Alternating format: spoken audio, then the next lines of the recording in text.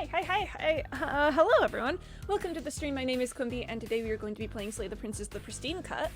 I would like to extend a big congratulations to Corvagay for getting the first Channel Points Award. Very cool. Good morning, Gamer Nation. Happy holidays, Bread Bowl. Oh gosh, why did a yawn come on right then? Good morning, Gamer Nation. Good Gamer Morning Nation, says CandyBot. And hello, and hi, Max. There. Max, you're alive? I think so, yep. Hi, friend. Welcome to the stream. Hello everyone. It's so lovely to see you. It's so lovely to be here.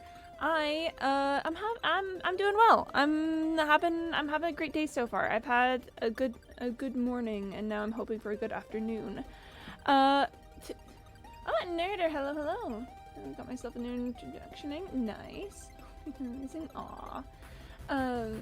But first of all, I would like to apologize for the consistent tardiness this week. It's just one of those weeks. It's just one of those weeks, where everything is that way. Honestly, I'd love to see a new introduction. Why am I yawning? I'm fine! I'm literally fine. Why am I yawning? Guys, Max is alive though, such a surprise. I'm not busy, yo. That's great news, Max, honestly. I gotta go soon. Yeah, friend. Thank you for stopping by. I hope your stream streak. I hope your stream streak arrives soon for ya. Snap by out and was sporting working your music. And you know what? That's very fair, Max. It sounds like your IRL life has been. It sounds like it's been popping off. Why am I yawning? I'm fine. That's crazy. Whoa, that's crazy. But yeah, gamers, it's a good day. It's a beautiful day in the neighborhood. A beautiful day to be a neighbor is what I'm thinking about that. We are going to be playing Slay the Princess, the Pristine Cut, trying to fill out my gallery. We've got a long ways to go, some more princesses to explore with that. And yeah. Also, I'm on mute. Yo. Thought I was a drummer because I look like a junkie. No! Hi, friend. Hope you sleep well! Exclamation mark. Alright, that's the end of our intersection. And we are going to change the scene in 3, 2, 1, and bop! Alright. Whoosh! Oh my gosh, there we go. Okay, it's been a morning. That intersection went really fast. My goodness. I'll say bye, friend! Exclamation mark. Okay, content warning. Slay the Princess is a horror game not intended for all audiences. Please visit blacktabbygames.com if you need a list of specific content warnings. Slay the Princess contains flickering image effects as well as a parallax effect that on rare occasions has caused motion sickness in players. Oh, never mind. Oh, yep, there you go. Yep, there goes Corvagay. Additionally, whatever horrors you may find in these dark spaces, have heart and see them through. There are no premature endings. There are no wrong decisions. There are only fresh perspectives and new beginnings. This is a love story. Yep, there's friend with the big ol' eyes.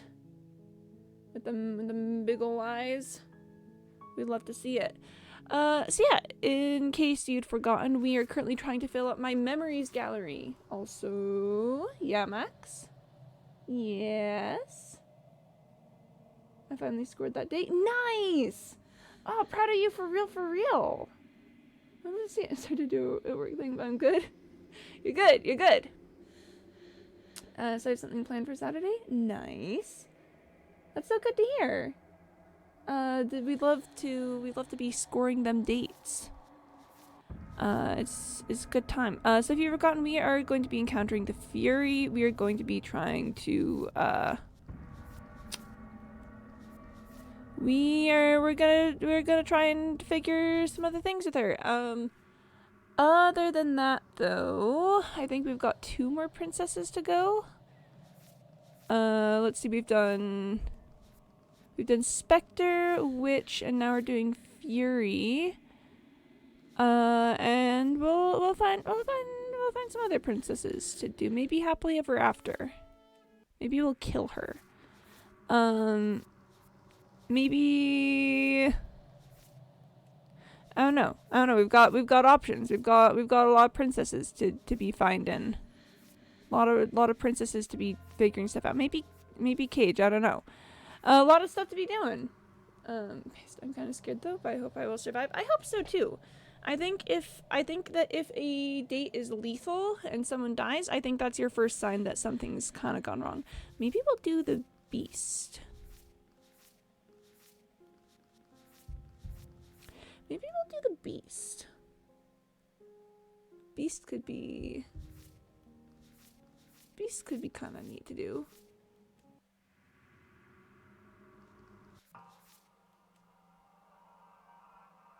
Also, we've got Razor. Sorry. I'm just looking at my gallery now. But for now, we definitely have Fury to go through. Your eye, held far outside your skull by a thin stalk of nerves and viscera, stares back at her in unblinking silence. So, if you don't know what we're doing right now, we're out with the Fury, and she has just torn us into ribbons. Kind of cool. Welcome to Slay the Princess, the pristine cut. Let's see what meaning we can find together. Let's see what we're made of. All right, we're gonna find meaning together. Something infiltrates you. Though you do not see it, you feel it, slithering into your disaster of a body, seeping into the gaps between your molecules. Yeah, this is kind of an intense moment to just jump in on if you missed where we are. She is going to tear me apart molecule by molecule. The body of a sapient creature has, on average, 30 trillion cells, and each one of those cells is composed of 100 trillion some odd atoms. Well, maybe tell her not to do that. Well, I think I tried to tell her not to do that, but she kind of made it so that I don't have a mouth anymore. That description is not okay. I know, ma'am. One of those cells is peeled from the others. 100 trillion atoms are gone. You just told me that this isn't a good thing for a date. Well, second round game, hi. Crow Peak, nice.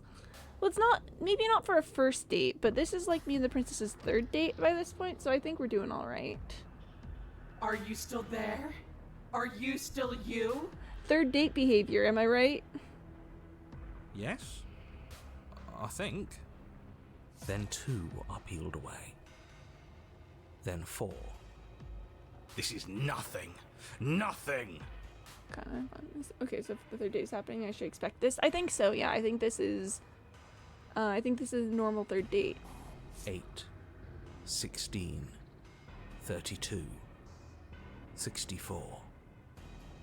I'll write that down. It's good to know. It's good to know what to expect for third dates. Whatever she does to us, we shouldn't hate her. She's been hurt so badly. 128, 256, 512. Are you still there? Are you still you? Yep, still here. Oh, second game. Thank you for redeeming absolutely nothing. Good luck with that. 1024, 2048, 4096, 8,192. Whoosh. You know what? Yeah? I feel small. Smaller than before.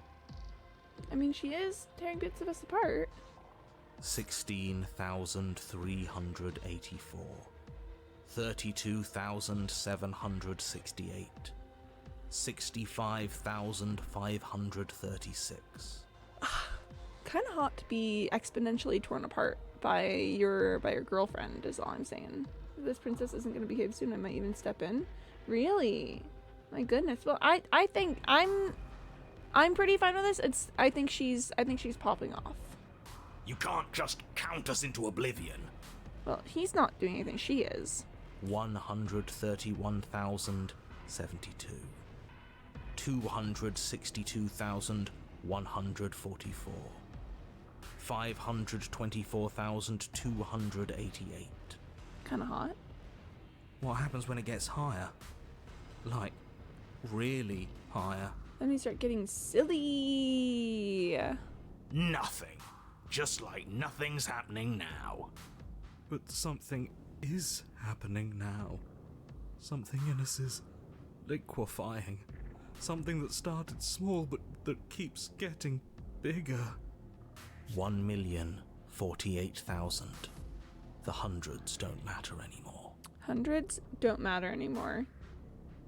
Are you still there? Are you still you? Yes, to both. 2,096,000. 4,192,000. 8,384,000. Wait, since it's consented, I feel like this might be a little toxic. Well, I mean, it's kind of complicated because I tried to kill her first, and then she tried to challenge me to a fight, but I ran away from the fight, and therefore my actions kind of turned her into this. But it's fine. Don't worry about it. I think this is the best date I've ever been on. It's my beautiful girlfriend.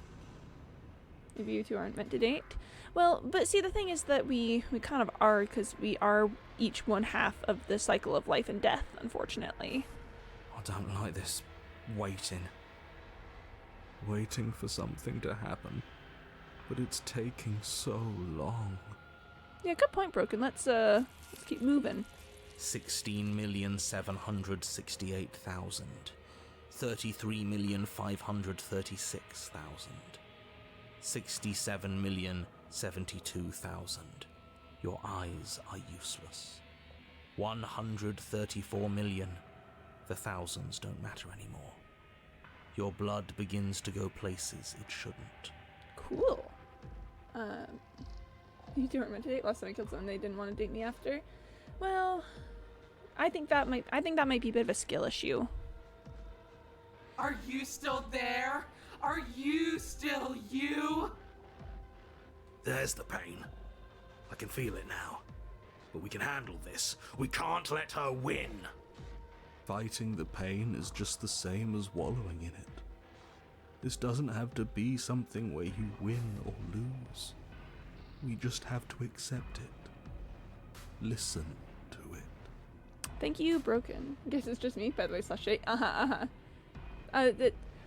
Yeah, thank you for the tone indicator, but I got the feeling you were joking, so I guess maybe it's a good thing that you're confirming that you were joking, because I was just like, oh yeah, we're having a great time. 268 million. We don't need to count anymore. Your lungs fill with liquid. You smell things you shouldn't. You choke on pieces of what used to be you. Oh, for the just me thing, I have the body of a Greek god, don't worry. Okay. Phew, glad we got that out of the way. Might be Dionysus. The god of madness. Doesn't matter, because we're still alive. But that's a side thing. That's not your main gig. That's like a little side hustle. You are deconstructed. You are reconstructed. A square Minecraft. around you. Not A Minecraft. you with too many legs. Okay. A you with many mouths which won't stop screaming. Whoosh. Then all of it pressed into a ball, tightly packed into the size of a fist. Kinda neat. Yeah, same Corvigay. What does you even mean anymore? We just keep changing into horrible things we can't control. Make it stop, please. Make it stop. Please make it stop. Oh, Hero, it's okay. You means we exist. There has to still be a way for us to win. Otherwise this would be pointless, and all this torture would be for nothing. Oh, stubborn. It's okay. I'm not trying to call out people. But why would you date that? You'll see. She's just lonely and trying to find connection. You're right about one thing. It is torture. But it isn't pointless. The whole point is that it's torture. Are you still there? Are you still you? Yeah, I'm still hanging out. Yes. The ball is unraveled into the shape of a body. The skin peels off in a corkscrew. The eyes are plucked. The organs arranged in the air in a neat row. Well, at least she's being neat about it. Are you still there? Are you still you? Mm-hmm. It's okay to let go. Then I'm letting go. Yeah. See you later, hero. Yes. You are stretched into a line 12 feet long, then 24, then 48. The line gets thinner as you get longer. A mile. 2. 4. 8. You know I love a good stretch. Are you still there? Are you still you? Normally I am thinking of things like, the splits and whatnot, but this is cool too. Yes. 16. 32. Oh, stubborn. 64. It's okay, stubborn. No. Yeah, there you go, bud. 128. I'm still here. Thank you, Broken. You are stretched and stretched and stretched until you are longer than the world itself. You wrap around it again and again and again. A tense line of microcosmic tissue held together by forces that are far too weak for the task they've been given. Are you still there? Are you still you? Still hanging out. I'm going to stick around. As long as you need me to. Thank you, Broken. And then the forces disappear.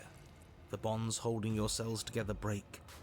You are 30 trillion little pieces, all of them separate, and all of them falling. Are you still there? Are you still you? I believe so. I'm still hanging out. You sit in these 30 trillion places, each second passing in each of them before you arrive at the next. Each second passing as 1 million years. Well, it does take quite a while then. And so, you wait. That's all I have. And then all at once there is a great rewinding, and all of the disparate pieces that once were you fall dutifully back into place. Oh, ladies and gentlefish. Penny! Hi, hi, hi! Welcome to the stream. You are whole again, and in your body. The body you had before all of this happened. And the princess sits against the wall, her dress of skin more tattered than before, her face sullen and disappointed. Oh, honey. Oh, hi. Tabak, de Gillavuk. Hello, hello. Do you mind if I call you Tab? It's lovely to meet you. Welcome to the stream. Nice to have you here for the first time. I've gotten Roblox to run on Linux, despite what the anti-cheat devs want. Yo, Roblox on Linux moment. Let's absolutely go. Good for you, Penny. That sounds like quite the accomplishment.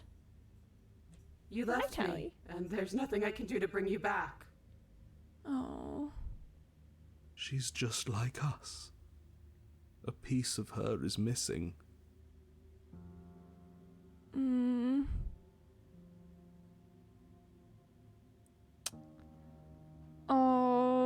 Oh, this is gonna kill me.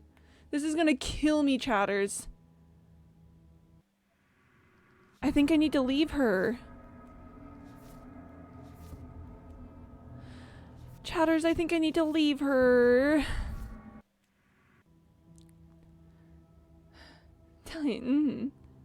Okay, we're taking an auto. Sorry, a quick save here, just in case I mess this up somehow. Leave her. Yeah. Talia just likes to hang out in here, and sometimes I hear a jingle past my doorway. Oh. This tab is cool and nice stream at night. Oh, thank you. Much appreciated. I block one, so I can't run the Windows version through OneProton, but Android is based off Linux, so it's really easy to just do the Android version by emulating some APIs. Nice. This is toxic. From a certain definition, I suppose it could be seen that way. What were you hoping to accomplish with all of that? I don't know. I just wanted something back. Something that was missing. I don't really know what it is. I just know that it's still gone. That was awful. I hated every second of it. So I did do something to you after all. Oh. I know, isn't it hot? It is. Yeah. I think I'm going to leave now.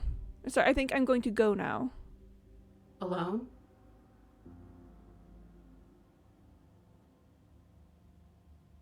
Turn and leave. You turn back towards the stairs, putting the princess forever out of your mind. Alone. Maybe going our separate ways is the only way things can ever get better. At least this can be over. Murphy, I also don't think she deserves you. I think she deserves everything. The program for getting around the wine ban is actually called Sober, by the way. Oh, that's a delightful naming scheme. You deserve a strong and kind princess. She is both of those things. Over? You do know that this really doesn't solve anything, right? No, Stretcher Princess? No, I love all of her. It doesn't have to solve anything. But this isn't over. She'll find a way out. If you don't turn around and finish this right now, she'll bring about the end of the entire... And he's gone too. It's just you and me now. Comes from the team behind Vinegar. Oh, the irony just goes even deeper, doesn't it? As you climb to the top of the stairs, you realize that there is no top of the stairs to reach. At least not anymore. Her voice quietly whispers from behind you. I feel so cold. Is it because you're gone?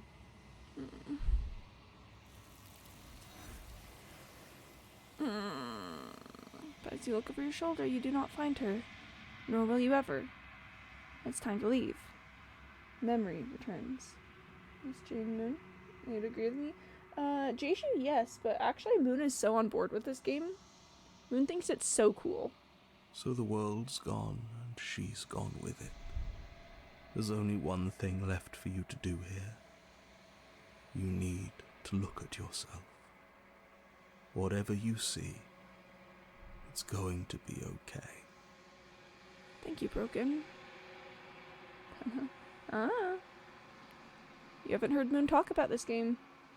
Gonna have to talk about this with Moon. Well, I'm going to approach the mirror. The voice falls silent as you approach. Gaze into your reflection. Silence as you reach forward. They're gone once again. The mirror always makes them leave. But you need to see what's in it.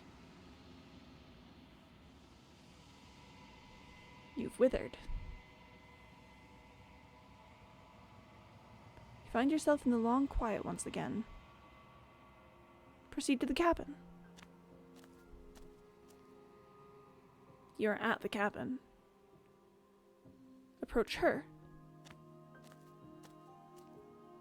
I am a growing chorus of contradiction, a mass of tides ebbing and flowing all at once in more directions than my attention can bear to hold. To look at any one is to shift them all into something new, and to look away is to reshape them yet again. What's happening? Hey, Moon! Have you been summoned? We're talking about Slay the Princess. There's your controversy. I'm not a fan of the AI girlfriend craze. I think it's a bit strange, honestly, but you know. Alright, let's really quick hop into memories. Okay, we did get I feel so cold. Is it because you're gone? I do still need these two.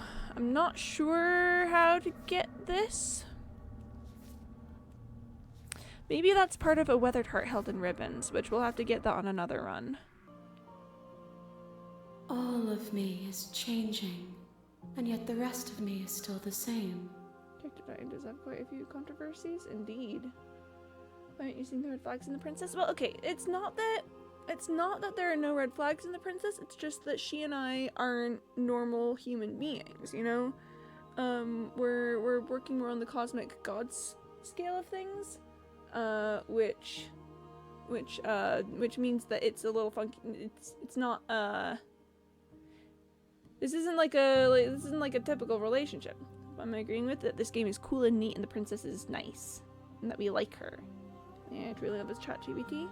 I'm not a GPT enjoyer myself. I just think the usage of it is highly concerning to me for a lot of reasons. That's my opinion on the subject. Something I can't. It's good to be ridden for keep out attraction. It is. You gotta get a bit silly with it. All right. What do you think of this vessel?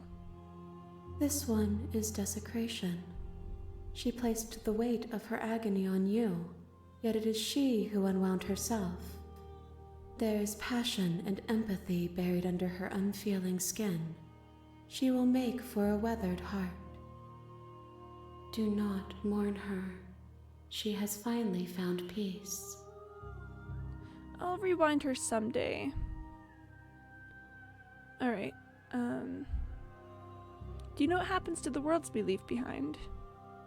My perspectives are shadowed.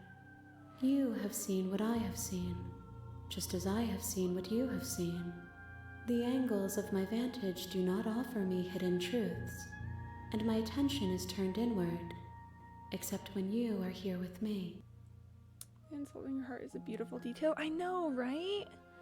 Oh, yeah. They're so gentle with her. They're so gentle and loving. Also, booing, I make up a fake girlfriend yourself like the rest of us SMH. Yeah, for real, for real. Did you use the goat? I think the real goat is the, what's it, like the Gavaboken? I probably pronounced that horribly, and I can't believe that no one's burned it down yet. My brain is more powerful than any AI. ChatGPT would wither against my power. I never would have made it to high school. That is, yeah, that's concerning. And okay, listen, I don't want to get into a huge debate about it. But I do think that there's a very alarming trend of AI being used as a results, as a way to achieve results without the underlying learning necessarily. And I think that that's scary for many reasons, and largely I think a lot of it comes back to flaws in our education system with that, of which AI use is a symptom, not not the root of the issue. But it's scary. It's scary to me. Burn the goat. Don't hear me out. I don't think you're gonna be able to say anything that will change my mind, but have you got here, Penny? They're still standing. We need to burn them. We need to burn it. It's an offering to the winter. Why is it still here? The stupid teacher gives me some extra work because I was talking in class. I'm not making all that. Well, again, I think that that's a symptom of the sickness at the root of our education system. Not and yet I still think that AI use is bad with that. Anywho, though, we've got princesses to talk to. Perhaps this will change when our work is done. Alright. Well, I'm ready to go back. I will be here when it is time for us to meet again. Hand pulling her heart. Everything goes dark, and you die. Chapter 1. The Hero and the Princess. You're on a path in the woods, and at the end of that path is a cabin. And in the basement of that cabin is a princess. You're here to slay her. If you don't, it will be the end of the world. You're all acting like adults. I mean, to be honest, I am an adult with a whole entire sociology degree. A lot of these things are like my area of study, things that I've looked at in school and whatnot. So yeah, I'm trying really hard not to make this like a high horse academic thing. But you know, this is a thing that my discipline of study is involved in. Also, CandyBot wants me to drink some water. Thank you, CandyBot. Do you know if I give this official site tries to dance around the burning? Bless their hearts. I want to burn the goat. I'm getting a degree in educational studies, so yeah. Yeah, that's where we all don't click. Yeah. It's about them educationers. All right. And at any rate, though, I have princesses to talk to.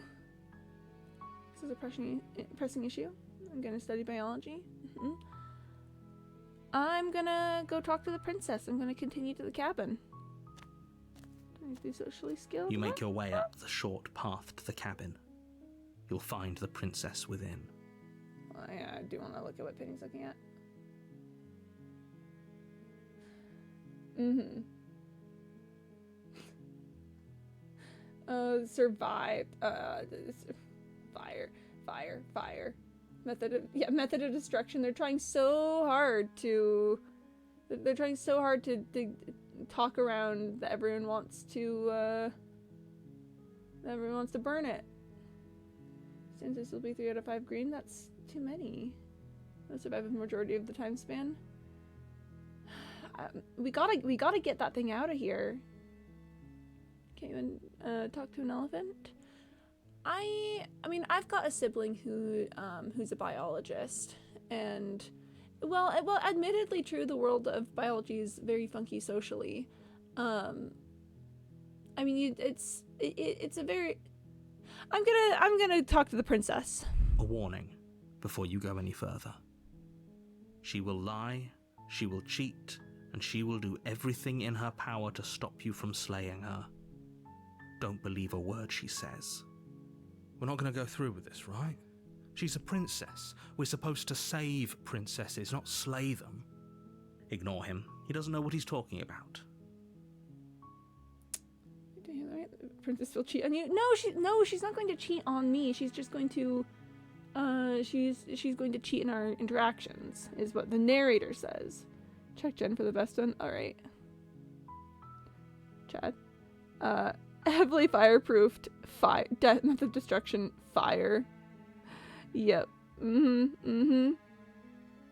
Ain't no way.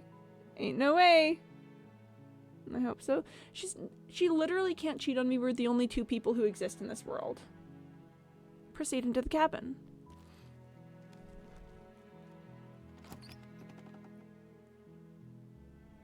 The interior of the cabin is almost entirely bare. The air is stale and musty, and the floor and walls are painted in a fine layer of dust. The only furniture of note is a plain wooden table. Perched on that table is a pristine blade. Pristine blade? The blade is your implement. You'll need it if you want to do this right. Alright, chatters, we need to decide what princess we're gonna go talk to. So I'm trying to fill out my gallery now. I guess we could do Apotheosis.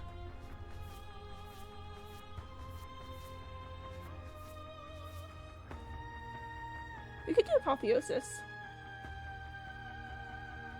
Chatters, how do you feel about Apotheosis? I'm thinking Apotheosis or Prisoner right now. To get, I think I could finish Prisoner out in one run on this. Getting ourselves locked in together. Hi, hello, that's Apotheosis, I assume? Yeah, Apotheosis is pretty cool.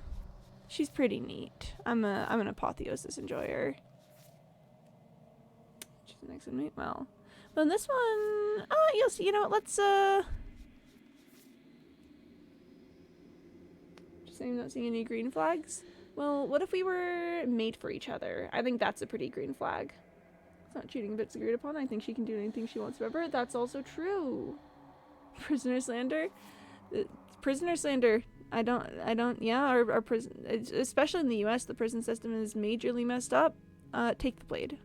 You take the blade from the table. It'd be rather difficult to slay the princess and save the world without it. The prison industry is a scam. Felons are people. So true. Hardcore agree. Enter the basement. The door to the basement creaks open, revealing a staircase faintly illuminated by an unseen light in the room below. This is an oppressive place. The air feels heavy and damp, a hint of rot filtering from the ancient wood. If the princess really lives here, slaying her is probably doing her a favor. Her voice carries up the stairs. Who's there? She sounds dangerous. It's almost as if she's the one in charge down here. Don't let it fool you. It's all part of the manipulation. Alright, continue down the stairs. Good. You're still listening to reason. You walk down the stairs and lock eyes with the princess. There's a heavy chain around her wrist, binding her to the far wall of the basement. Hey, princess. She's so coldly beautiful. Is she really a threat to the world? That's what the narrator seems to think. Focus on the task at hand. And there you are. Are you here to kill me or something?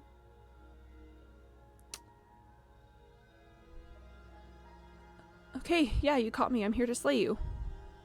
That isn't a good idea.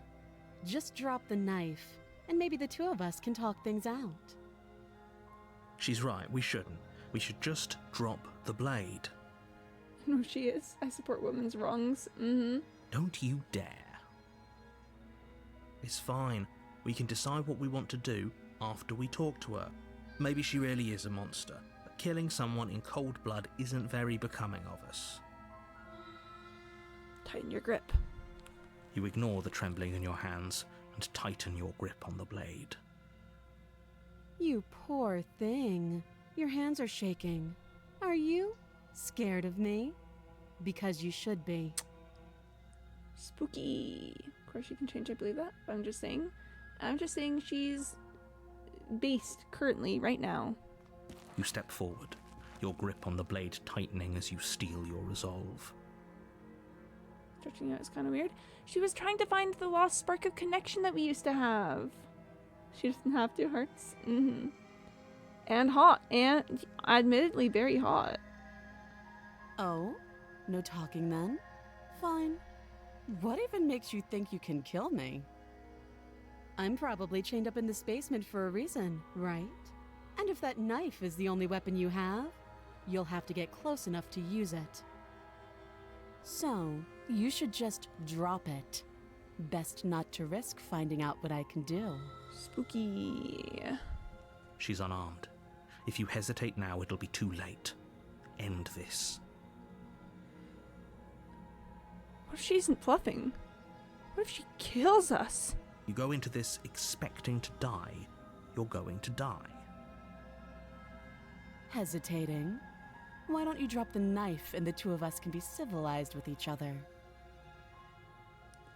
Yeah, okay, but you're such a good debater. I don't know how I don't like the princess yet. You don't have to like the princess. You just need to... Every time I say something, you just hit me right back with an answer. Whoa. You don't have to like the princess. You just have to accept that she and I are two halves of the same whole. And that's going to... And that just means something, you know? That means something important for us. I have nothing to prove. So true. I'm not dropping the blade. Then I'm not talking to you. Slay the princess. You charge the princess, blade trembling in your hand, but you've already lost the battle. Ah, heck. She casually sidesteps your thrust before knocking you to the ground with a single blow from her elbow. Well, there's that. We shouldn't have hesitated. Yep. But she doesn't stop there. She kicks you a few times for good measure, the pointed tip of her shoes feeling like a pickaxe against your fracturing bones, making sure you stay down. Ouchie. As you lie, crushed and broken on the basement floor, the princess kneels on your throat, with the kind of weight you didn't think her slight frame could possibly possess. Oh my gosh. As you gasp for air, she eyes you with an intense curiosity. They didn't have to do this frame like this. I'd like to make some chicken nuggets out of that crow guy. With the narrator, me too, genuinely. Narrator is... I don't like him. I don't like him one bit. I think he's a miserable coward. And he doesn't deserve to be here with us. He sounds tasty, he does. They did not... This frame, they did not have to... They did not have to do her like this. You shouldn't have let that fear creep into your heart. You had the upper hand, and now look at you. Just, the curiosity is what gets it to me. She's not just like, oh yeah, I've defeated my enemy. She's just like, huh, what's going on here? Is this really the best you could do? Look at you. Completely broken. I'd be lying if I said I wasn't a little disappointed. She's so... She applies more pressure, slowly squeezing what's left of your life out of your lungs. She's so... it's psychosexuality? It's always psychosexuality. It's not about her actually stretching sides out, about being so desperate for the connection we used to share with each other that she'll tear us apart atom by atom to find the one electron that we live inside of. When she can't find it, she breaks the bonds that keep atoms held together in her desperation to rekindle some kind of connection we used to have. Exactly! It's love. She's so... It's about the desperation, it's about the emotion, it's about the meaning. Went for a few minutes, now Mommy Princess being your bond, how nice. She's just beating us up. And I'm thrilled about it. This is the end, isn't it? They did not have to make this frame of her like that. I'm afraid it is. They did not need to make her this hot. Everything goes dark, and you die. And we die. Chapter 2, The Tower. Hi, Mom. Ma'am! You're on a path in the woods, Correct. and at the end of that path is a cabin. And in the basement of that cabin is a princess. More sexual mode. You're here to slay her. If you don't, it will be the end of the world. I'm so sorry, Corvigay, but, Mommy, sorry. Mommy, sorry. Mommy, sorry. Mommy, sorry. Mommy, sorry. I love women. Okay, I'm drinking some water. It's drinking water time. That was a mistake. I'm sorry, women. Oh, I just about choked. Okay. Oh, man. Oh. Okay.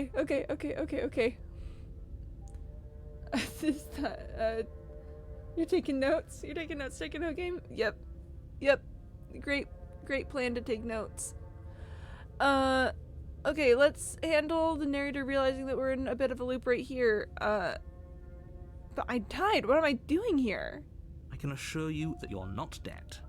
And to answer your second question, you're here to slay the princess. I literally told you that a second ago. Oh my gosh. If he doesn't remember what happened, then maybe it's best to keep it that way. You know I can hear you, right? It's going to be a lot harder than you think to keep secrets from me. I can't English. English, very tricky sometimes. I wish I could read that. Read what? What does it matter what he knows? There's nothing we can do to stop her. She's just going to kill us again. She is! She is not going to kill you unless you let her. But slaying the princess and saving the world is going to be much more difficult than it has to be if you spend the whole time second-guessing yourself. Fine. Let's proceed to the cabin. A warning before you go any further. Yeah? She will lie, she will cheat, and she will do everything in her power to stop you from slaying her. Don't believe a word she says. Oh, man. We might as well just pledge ourselves to her and stop pretending we're capable of doing anything in this situation. She probably doesn't even need to try to overpower us. I know, Broken. Can we tone down the pessimism just a smidge? I think Broken can do whatever he wants. I'm not being a pessimist. I'm just being realistic. You're being annoying. Oh, bud. Just ignore their bickering, and whatever you do, don't pledge yourself to her. I cannot stress enough how absolutely catastrophic that would be for everyone, yourself included. Mm-hmm. I agree. If she's wrongfully imprisoned, then we should rescue her, but if he's telling the truth, we shouldn't just hand her the world on a silver platter. I think let's maybe go talk with her and see. Go, Mom. Rescue her? Given the stakes of the situation, there isn't really a difference between rescuing her and pledging yourself to her.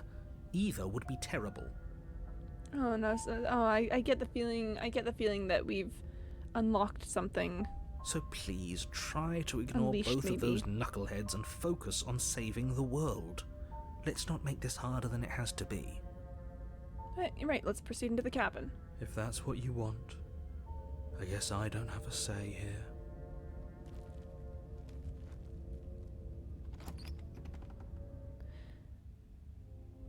The interior of the cabin is larger and more grandiose than its humble exterior would suggest. The only furniture of note is a massive marble altar with a pristine blade perched on its edge. The pristine blade! Oh, Chatters, I need to decide if I want paranoid or contrarian. What room of the old could possibly be left to defy me? She is drowning. I am sorry. Fly, little bird. We've done contrarian before, mate. Pretty far. We've also had. We did paranoid and got the sword. That was pretty cool. I think maybe let's go for contrarian. Let's go for contrarian and see what happens. The blade is your implement. You'll need it if you want to do this right. Why do we feel so small? We don't feel small. We are small. Just a little guy. Take the blade. You take the blade from the altar. It would be difficult to slay the princess and save the world without a weapon. Enter the basement. Is there a third voice? The door to the basement creaks open, revealing a spiral staircase. Its steps almost as deep as you are tall. The smell of incense drifts up from below. For a moment, you almost feel at ease. Wait, hang on. Is there a third voice that you can encounter with Apotheosis? Please field all questions through my lawyer. Oh, you've got a lawyer now. It's not just your scientists. Apotheosis, slay the princess. I just want to check if there's a different voice. No, okay, it's paranoid and contrarian. It looks to be the two. Huh. This is actually kind of nice. It's still a stone basement. If the princess lives here, slaying her is probably doing her a favor. Yeah, Moon is my lawyer now. Oh, congrats! I'm so proud of you and Moon for getting a lawyership set up or something. In Discord, at least. Her booming voice rolls up the stairs. Is that a guest I hear? Don't linger on the stairs. Come down and witness me. Yes, ma'am. You weren't kidding when you said it was booming. She wasn't like this last time. We need to get down there. She wants us to see her. We need to see her. Yeah, let's go see her. Should we be worried about your sudden change in attitude? Just a few minutes ago you were going on about how pointless everything was. Now you want to go down there. Don't worry about it. It doesn't matter what that little voice says. He's not the one making the decisions. Though if his ramblings get you to the princess, they get you to the princess. Continue down the stairs. Making your way down the spiral staircase is a time-consuming and exhausting effort, every step requiring you to clamber over one edge before dropping to the next. But soon the end comes into view, and you tumble to the bottom, entering the vast, temple-like room beyond. The princess towers over you, almost glowing in the weak starlight, her figure framed by a stained glass window. Her long hair billows around her, and a chain binds her wrist to the far wall. Oh my gosh, hi, Tower. Hi. The chain is nothing to her. It might as well be a toy for all the good it would do. I told you it was pointless to resist her. Oh my gosh, hi. Hi, man. I know, right? Okay, yeah, Max? The little bird has returned to me. I wonder what he wants. Hi. You brought that knife again, even though you know it's useless. Such charming audacity. Hi. Drop it. Tighten your grip. As if on command, the blade slips from your grasp. It clatters uselessly to the floor. Gosh darn it, there we go. We've got confused crow. We go, We go, huh? We go, what? We do have a soft spot for tall women. Tall women are great. I love tall women. Yeah, and blushing out here. But we didn't drop it. We decided to grip it tighter, remember? Are you really just going to let that happen to us? I have a duty to report facts as facts, and the fact is that you dropped the blade. Chatters, I dropped the blade. Of course we dropped it. She's so much more than us. You wouldn't understand what it feels like to be in her presence. Oh, I understand what's going on, and you'd better snap yourself out of it. Kneel. No. Oh, are you still trying to defy me? I said Kneel. Your legs buckle, and your knees hit the floor. that's my good little bird. Now, why don't we talk? The last time we met, you couldn't even scratch me. And yet here you are again, trying to succeed where you've already catastrophically failed. Well, see, the thing about that is boop. Exactly. Thank you, Seikenho game. Exactly. Boop is how I feel about that. What draws you back here beyond the empty halls of death? Speak. The last time we met? Narrator. I suppose that lends credence to our conversation in the woods. Still, whatever you do, don't tell her why you're here. It's best not to give her any ideas. Narrator, yeah, just get with the picture. We've been here before. No. Perhaps you need another lesson in submitting to your betters. Pick up that needle. Do it. It's what she wants. Okay. No objections here. I don't know what she's planning, and I don't like that we don't know what she's planning, but we might as well pick up the blade. As your eye falls on the blade, you feel a weight. Some divine hand that sits unperceived by your senses, but then manages to push you towards its desires like an unseen puppeteer. Okay. Pick up the blade. You reach forward and grasp the blade. Stand. This one's easy. See? This isn't so bad. Okay, yeah. We can do that. We were probably going to stand anyway. Okay. Stand. You can feel a creaking tension between body and will as you slowly rise to your feet, like two foes forced into an unhappy truce. The princess eyes you with soft contemplation. Hi. The moment seems to last a lifetime, the silent anticipation of what's to come dragging out the long, painful seconds. Whoa. But all silences are broken eventually. To define me is to claim we stand on level ground. We do not. We don't. You are quiet shadow, while I am brilliant radiance. I mean, fair enough. Take that knife in your hand and slit your throat. Well, What? You don't have to listen to her. You're armed. Just steel your nerves, step forward, and end this. end this. Oh, we'll end this all right. Oh, we'll do it. Oh, we'll do it. Your hand lifts the blade and brings it towards your throat. Okay, I apologize for the unclear language. End her. She's looking at us so softly. Slay yourself. No, you can't just slay yourself. You're perfectly healthy and Pretty capable, privileged, and yeah. all you have to do is ignore her and do what has to be done. NGL pretty privilege is admittedly in full swing here. The blade and the hand that wields it remain firmly locked in place until you change your mind and decide to do literally anything else. Well, Look at you quaking against my will. An ant defying a god. It's pointless to resist. In the end, everything submits to oblivion. apparently.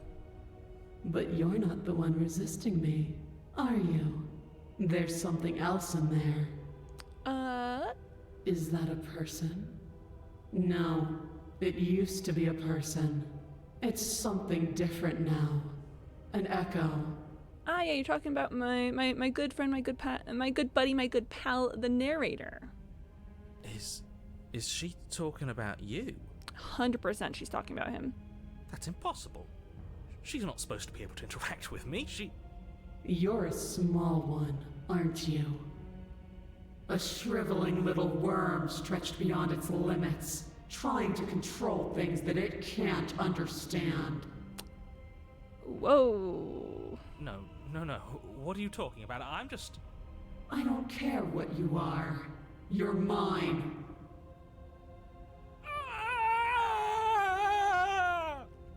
Well, narrator got.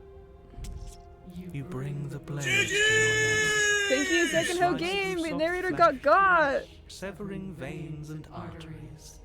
Your blood flowing freely down your body. It's a painful lesson in obedience, but the pain won't last forever. Narrator just absolutely got. No. When I see you again, you'll free me from my chains and deliver me to the destiny that lies beyond this place. Yes, ma'am. 07. We will. I promise. I know you will. Whoa. Everything goes dark, and you die. Well, there we have it. Chapter 3, The Apotheosis. You're on a path in the woods, and at the end of that path... Oh, let me guess. And at the end of the path is a cabin! Yeah, it's right there. It's right there. Excuse me? Come on, man. We can see it right in front of us. And there. besides, we've been here like, 5 times already? I think this is 3. Definitely a good number of times we've been here. Who cares? The woods are always the worst part anyway. Nothing ever happens in them. I love you, Contrarian. I care. Every single time you've been here, it means an entire other reality has been damned to oblivion. One reality is already an incalculable loss. And there is a massive difference between 3 and 5. I'm not so sure about that, man. Feels like the numbers getting thrown around here are too big not to be abstract. Numbers like 5. Numbers like entire realities. At the end of the Exactly. day, it's all just silly, isn't it? Exactly. Numbers can count to a whole reality, and he's asking us to think about the difference between 3 and 5. Contrarian's kind of right. Contrarian literally gets it. I've got other voices that are narratively more of my favorites, but Contrarian is the voice I relate to personally the most. Contrarian absolutely gets it. He understands what it's like. I already like him. I love Contrarian. You're already starting to lose the thread. Just because you can't personally sum up the contents of an entire reality doesn't mean that the people inhabiting it don't contain moral value. If you have any sense of ethics left in there, if you have any moral compass, please, you have to stop her. I don't know, maybe I just won't though. The Contrarian can get it. The Contrarian can absolutely get it. Don't you get it? Yep. Right makes right, and she didn't even have to touch us last time to prove her power. I'm sure we'll be fine. So what? Just because she made us kill ourselves, we're supposed to submit to her authority without question? Yeah, great point, Contrarian. I knew when to surrender to our better. You would have lost eventually anyway, and it would only have made her angry. It would only have made things worse for all of us. Oh, there goes Candybot telling me to drink water and take a little stretch break. Remember, chatters, you guys should also be taking care of yourselves. Whether that means like water and stretch breaks or like grabbing a snack or something. And gotta look out for yourself.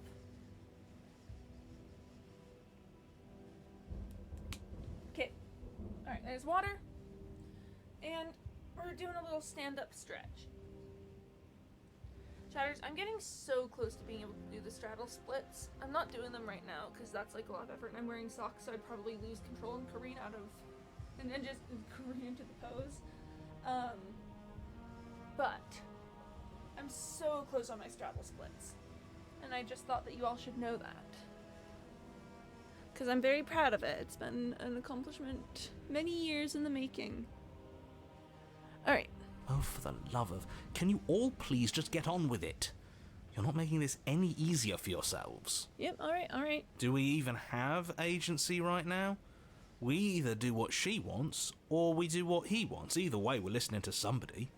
Please, nothing in life is a binary. Obviously, we find a third choice that nobody wants. I love you, Contrarian. You all talk about choices and freedom, but there is no choice when it comes to the will of a god. I'm going to cut you off right there. She is not a god, and the more times you fail, the harder it becomes for you to succeed. But the fact that you're still here means you still have a chance to pull this off. So, princess, dangerous, cabin, slay, now. Alright. Yep, we've got Blade Kitty. Exactly, we could get the blade. I don't think we will. Come on, notes are boring. Alright. I don't think we will because I need to explore different options, but we are going to go. But a great and horrible change is already underway. The ground quakes beneath your feet, and you feel an unyielding That's not force dynamite. pulling at you and your surroundings. The trees start to sway, then crumble, breaking apart as everything is drawn towards the cabin. Contrarian is so right. Contrarian is literally so right. Like, I cannot express just how much I think the Contrarian is so good. Even the earth beneath you seems to shift, your feet unable to grip solid ground as you're dragged forward along with everything else. Me when I get dragged forward along with everything else. The end of everything. The beginning of something new. The moment we open that door, she will be free. Any, words of warning? You already know everything you need to know. Well, proceed into the cabin. As you step forward, the cabin explodes. Me when the cabin explodes. You're flung backwards, violently slamming into a tree as debris rains down around you. Here she comes. You watch in paralyzed awe and terror as the princess emerges, her body unfurling from some vast space as she stands upright to face you. Hi. The world bows to her. The ruined landscape shifts, trees and stone and the ground itself succumbing to her gravity, orbiting her like a great black hole. She's so... I'm just saying. Finally, the little bird has set me free. This is always how it was going to end. And this is always how it was going to begin. There are... Sorry, no, I'm yawning. There are some really cool options you can go where you defy her, but I do believe I've already done all of them. So we'll see what we've got. There's a loud thunk from the tree behind you as something embeds in its shattered bark. Your pristine blade. It's now or never. Well, embrace your new goddess. Alright, spiting him it is. Great. You don't know what you're doing. Yeah, let's spite the narrator. That's half the fun. Fill the empty seat by my side. Join me for a new dawn. Okay, yay. Oh, you're letting her free? Yeah, I know. Oh, is that... Okay, I didn't know if that was disappointment or excitement. It says sweet. Hopefully that's a good thing. You fool. You can feel the pull of her gravity catch you, carrying you from the ground into the violent swirl of her orbit. She is tall, though. She is tall woman, am I right? Come to me. Yeah, right. Her words are like a gentle tug, drawing you closer to the mountain of her body. Whee! You land softly on her shoulder. Her skin is warm and comforting. This really is the end. Yep, bye, narrator. Is it the end? We're still here. He's just gone. The night sky weaves into a textured nothingness. He does not respond. Everything is gone but us and her. This is her power. This is where we're meant to be. He's really gone? Huh, that's unexpected.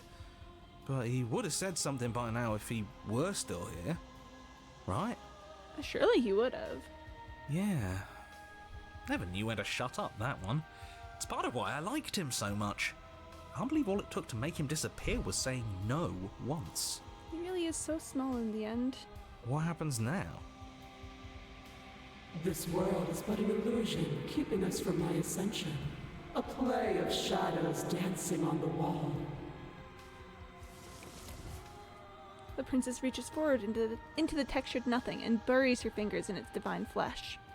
Her touch is soft. The flame may be snuffed, but the wall remains. This isn't just for my glory. You are a part of this now. See? This is nice. We're safe. She's helping us. She's helping everyone. Contrarian is funny here. Yeah, Contrarian, my beloved. The grip tightens and somehow you feel it. The pain sits at the limits of your comprehension, like an endless sea of hands falling on you one after another, before finally collapsing in on themselves. You lose yourself in the darkness. I'm gonna scream in unintelligible agony. It will be over soon, little bird. Then your eyes will open, and all of this pain will seem but the fading memory of a distant dream. Soon? Soon? Does that mean there's gonna be more? My only comfort is that he isn't here to see us suffer. He would love that, wouldn't he? Yeah, he probably would. The textured nothing's ripped open, and with it, you are ripped open. Amid a sea of dissociative pain, you can feel everything that is you pouring out into the ether. And you feel something else, too. Anger. A need to lash out and hurt that which is hurting you. Okay, yay! Got panic? Yeah. Yes. Hurt her. Do something, anything, to make it stop. Oh, we've got Bird Cursor. No. If suffering is what she demands of us, suffering is what we'll give. Why would I doubt our God? It is so tempting to see what's on the other side of that great big nothing, but I think I'm gonna lose myself if this goes on for much longer. Why do we have to be the ones going through all this pain while she gets all the benefits? Blasphemer. We have been given Broken. the gift of offering ourselves to a higher purpose, and you spit in its face. Broken, my beloved. We've done Make Her Suffer with you. We are going to suffer in the darkness alone. You continue to lose important pieces of yourself. The memories of entire lifetimes lived fade away into a space where your only recollection of them is that something used to be there. You die and are reborn, and die and are reborn, shrinking and shrinking again and again until there's no you left to die or shrink. You've done so well, little bird. Behold, the fruit of your anguish. Eyes open. Are they yours? They don't feel like yours anymore, but there's no other word to describe what they belong to. Where are we? Does it even matter? Here, there, it's all the same. You're all starting to sound like me. You think? Your vision focuses, revealing what has been done. The world has opened up. And beyond is something beautiful. Oh. What is that? I think I want to be there. Yeah. It's where we're supposed to be. Can we come back if we go there? I don't want to go there if it means we can't come back. Well, I don't know. The princess steps forward, bringing you both to the edge of this something beautiful. It is dizzyingly vast. But neither of you cross the threshold. There's a roaring like underground thunder. She is stopped in place. Were we supposed to stop? That's a good question. I don't think this is over. After everything I cast aside on my path to ascension, what remnant of the old could possibly be left to defy me? You look down. At the princess's feet writhes a shifting mound, a mass of hands clambering over each other, crawling their way up her body. They start to pull. No! Oh? Oh? The mound becomes a sea, and the princess struggles to stay afloat, to keep the two of you close to the hole in the world and the light of the something beautiful beyond. But she is drowning. As the sea rises, she pulls you from her shoulder and holds you above the tide. You turn back to look at her. The hands are here! They're here and they're trying to grasp her. Oh, that's you, baby girl. It's okay, that's you. I know. She's holding us above it all. Even when she's like this, the most hypothesis, she's trying to... Sorry, I'm normal. Sorry, I'm normal. They got Mama, they got her. We have to be able to do something to help her. This can't be how it ends. It can't. It can't. It can't. It can't. Using her length, she's so tall. She's so tall and she's making us tall. Yeah, I'm never going to recover this from this, am I? I'm sorry, Corvigay. I'm so sorry. I think this is the end. I can feel every part of me freezing over. Oh. Hands reach over hands, pulling at her face, dragging her down into their frigid depths. She is tired, and life fades from her eyes. You have been the only thing I've ever known to show me grace. I am sorry if I have not shown you the same. I'm normal. I'm normal. I'm so very normal about her trying to save us from herself. I am normal. The princess summons the last of her strength, her face a shield of purpose and determination. In her final act, she hurls you towards the hole in the world, towards the something beautiful beyond. Trying to convince us? Okay, okay. Fly, little bird. The Ivermans make me crazy also. What a detail. Yeah. No. No. I don't want to be somewhere she isn't. It would always be dark without her. Fly, little bird. Yeet! It's what she wants for us. But can we make it? Okay, yeah. Sure, okay. Of course we can. We can do whatever we want. And I believe in her. Oh. But the hole seals before you can make it to the other side. If there is a time to bask in what lies beyond, it is not now. The migratory flight patterns are so predictable and steady. That's why the scientists gave you your leg band.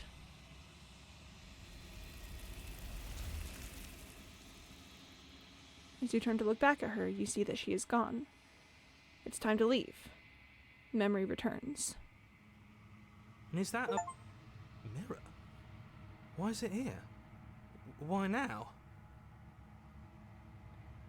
It's going to be okay. Just trust me, we've been here before, and you always get scared. But it feels so bad. Like looking into it right now is going to be the end of everything. Yeah, don't look at it. I don't like that thing. I don't want to look at us. It's not the end. Whatever's on the other side is going to be nice. Okay. If you say so.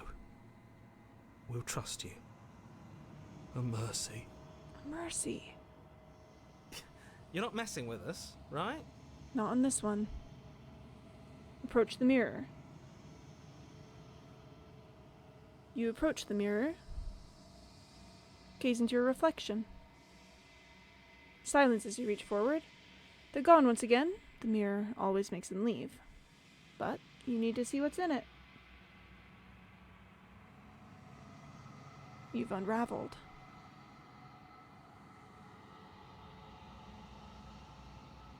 You find yourself in the long quiet once again. Proceed to the cabin. You are at the cabin. Approach her. There's a world beyond the endless walls of the long quiet. I am curious to see what it means for us to know it. Do you think that anything is real out there? Do you think that we're real? Hi, Tally. We are real. Nothing is an idea that dwells in the absence of something. But nothing cannot exist on its own. And because of that, nothing can't exist. Chatters, they got her. All of the hands, they got her. Do you have thoughts on this vessel? This one sits at the cusp of awakening. A new god waiting to be born. She will make for a terrifying and divine heart. Do not mourn her, for she has finally found her light. I mean, and let's check our memories and see what that gave us. Oh, we have completed Apotheosis. Heck yeah, we love to see it. Alright, how many princesses have I completed at this point? 1, 2, 3, then 4, 5, 6, 7, 8. I've completed 8 of the princesses, chat. Mama threw us out the window. She really tossed us. She really said, yeet. And you know what? Good for her. I think she's so based for that, actually. Alright. Alright. I'm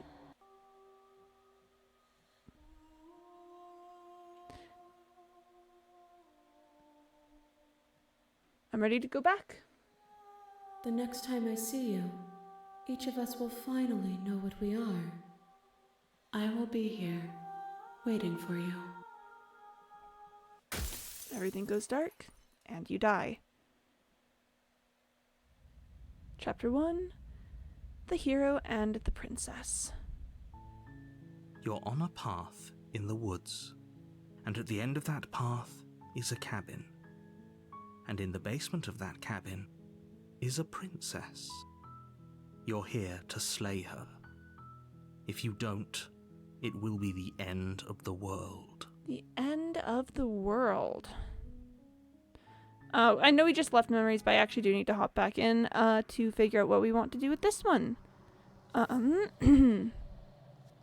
We've got options. We've got many and various options. We could do a razor run to see if we could figure out the okay, I'm bored. We could head to Cage to see if we could figure out, you give me your implement, see you already did that part.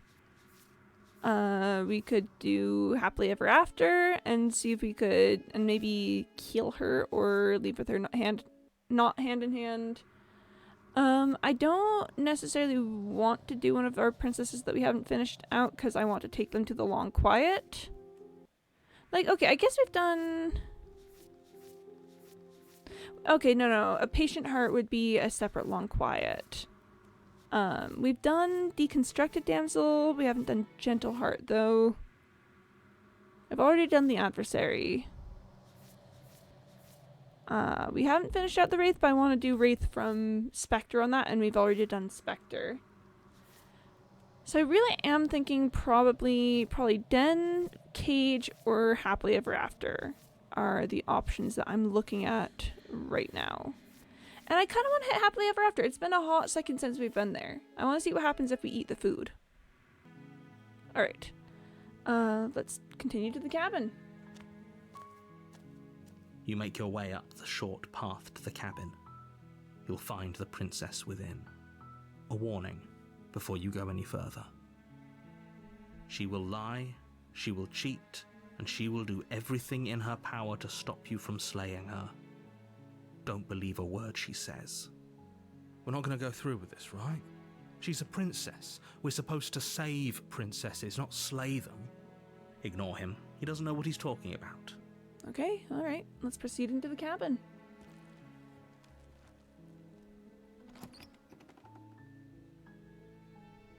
The interior of the cabin is almost entirely bare. The air is stale and musty, and the floor and walls are painted in a fine layer of dust. The only furniture of note is a plain wooden table. Plain wooden table. Perched on that table is a pristine blade. The blade is your implement. You'll need it if you want to do this right. I don't want to do this right. I'm entering the basement.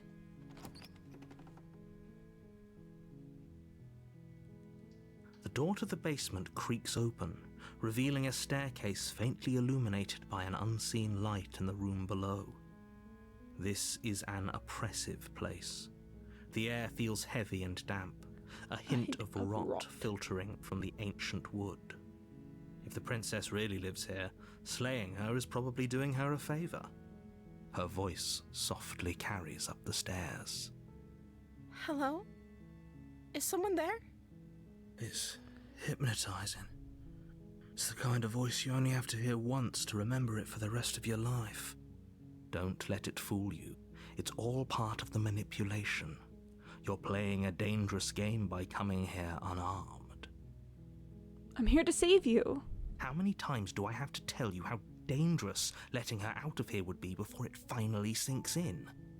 Wait, really? You're here to rescue me? I was starting to think I'd be stuck down here forever. Come downstairs. I want to see the face of my rescuer. Yeah, here we go.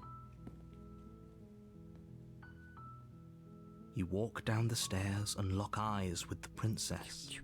There's a heavy chain around her wrist, binding her to the far wall of the basement. She's beautiful. How could someone like this be a threat to anyone? I am begging you to stay focused. There's a lot riding on you here. Hi. I can't believe you're here. I've been waiting for something like this to happen forever. Oh, man. I hope you brought something to deal with these chains. I did not. Don't do it. If she gets out of those chains, we're all one step closer to the end. I'll see what I can do. Examine the chains. Only making this more difficult. Thank you. Thank you. You're making a huge mistake. I don't know about that. No, you're doing the right thing. I think that, yeah. You walk up to the chains binding the princess to the wall and give them a tug. They're large and heavy, far too solid for you to even imagine trying to break them apart. Huh. I'm guessing you don't have the key? I do not know. Maybe it's somewhere upstairs. Doubtful. Whoever locked the princess away down here intended for her to never see the light of day. They wouldn't have just left the key to her chains somewhere in the cabin. Huh. Well, if there isn't a key, do you have any other ideas? Maybe there's some way to break the chains? Or if that doesn't work, I guess we can always cut me out of them. That's true, that is an option. She offers the suggestion with almost complete nonchalance. And I accept it with almost complete nonchalance. If we were stuck down here long enough, I'm sure we'd be nonchalant about cutting our way out if it meant we could finally be free. Exactly. You attempt to make your way out of the basement, but the door at the top of the stairs slams shut. Oh. You hear the click of a lock sliding into place. Max, you have your character development during the course of this stream has been quite impressive to see. Is someone else here? Return to the bottom of the stairs. You make your way to the bottom of the stairs. This would have been so much easier if you'd just taken the blade like you were supposed to. Easier for whom? Easier for everyone. Look at the mess you're in. Yeah. I heard the door slam. They locked you down here too, didn't they? Yeah. There's a slight panic rising in the princess's voice. Could be cute, could be kind of cute, is all I'm saying. If I could just get out of these chains, I know we could force our way out of here together. She barely hesitates before raising her arm to her mouth, her teeth tearing through her limb with the determination of a trapped wolf. Hi. As she rips her flesh from her bone, a sound comes from behind you, the clang of bouncing metal. Oh? It's the blade from upstairs. You're not sure how it made its way down here, but if there's a time to strike, it's now. I don't know, man. Or we could use it to free her. Or we could use it to free her. See? Cute, yeah. You won't like what happens if you do that. Save the princess. Fine. Against your better judgment, you place the blade against the ragged, self-inflicted wound on the princess's arm, just above the unyielding chain binding her to this place. Alright, You cut into her flesh. let's get her out of here. The blade is sharp, and it takes little effort to crack through the bone of her arm. Her limb falls to the ground, and the heavy chains follow suit. She didn't so much as utter a sound through the whole ordeal. It's because she's great. I love her. She's already in here herself. Yeah, so we could just make it a mutual thing. No, she didn't. Yeah. She smiles softly as her gaze meets yours, blood from her wounded arm dripping rhythmically to the ground. Hi. How is she still smiling after everything? It's like she isn't even bothered by what just happened. Do a spaghetti kiss with her arm? I mean, I'd help if I could. Yeah. Thank you. Now let's get out of here. Let's get out of here. We do have Teethbeak. We do have Teethbeak. Teethbeak Pog approached the locked door. No, we won't have any of that. The stakes are too high. You can't just let her escape into the world. No, I can't just let her escape into the world. As the princess approaches the bottom stair, your body steps forward and raises the blade. What? Wait, this isn't fair. You can't just do that. Watch me. Watch me. What are you doing? I have already done the witch route, so that means that all we can do is warn her. Stop that. I literally can't, but okay. Something's come over you, hasn't it? You know you don't have to do this, right? I literally can't do this. There's no option for me to slay you. Your body lunges forward, the blade held low, ready to sink into her heart. Yeah, genuinely impossible. But the princess dodges, stumbling back against the wall before the blade has a chance to connect. Oh, honey. Stop it. Stop trying to resist me. I'm trying to get you out of here alive. You're not doing a very good job of it now, are you? Resist. The blade. Move the blade. As your body remains frozen in stubborn resistance, the princess takes a cautious step forward. It's okay, honey. You can do it. We both know this isn't you. Yeah, we're both very firmly aware that this isn't me. So go ahead. Go ahead. She nervously reaches towards you and takes the blade from your infuriatingly rigid hands. What are you doing? The only course of action I really have at this point. I'm sorry. I'll try to be quick. Yeah, do your best. She plunges it into your chest, tearing through flesh and sinew. It is agony. But you aren't dead yet. I'm drinking some water because Candybot told me to do so.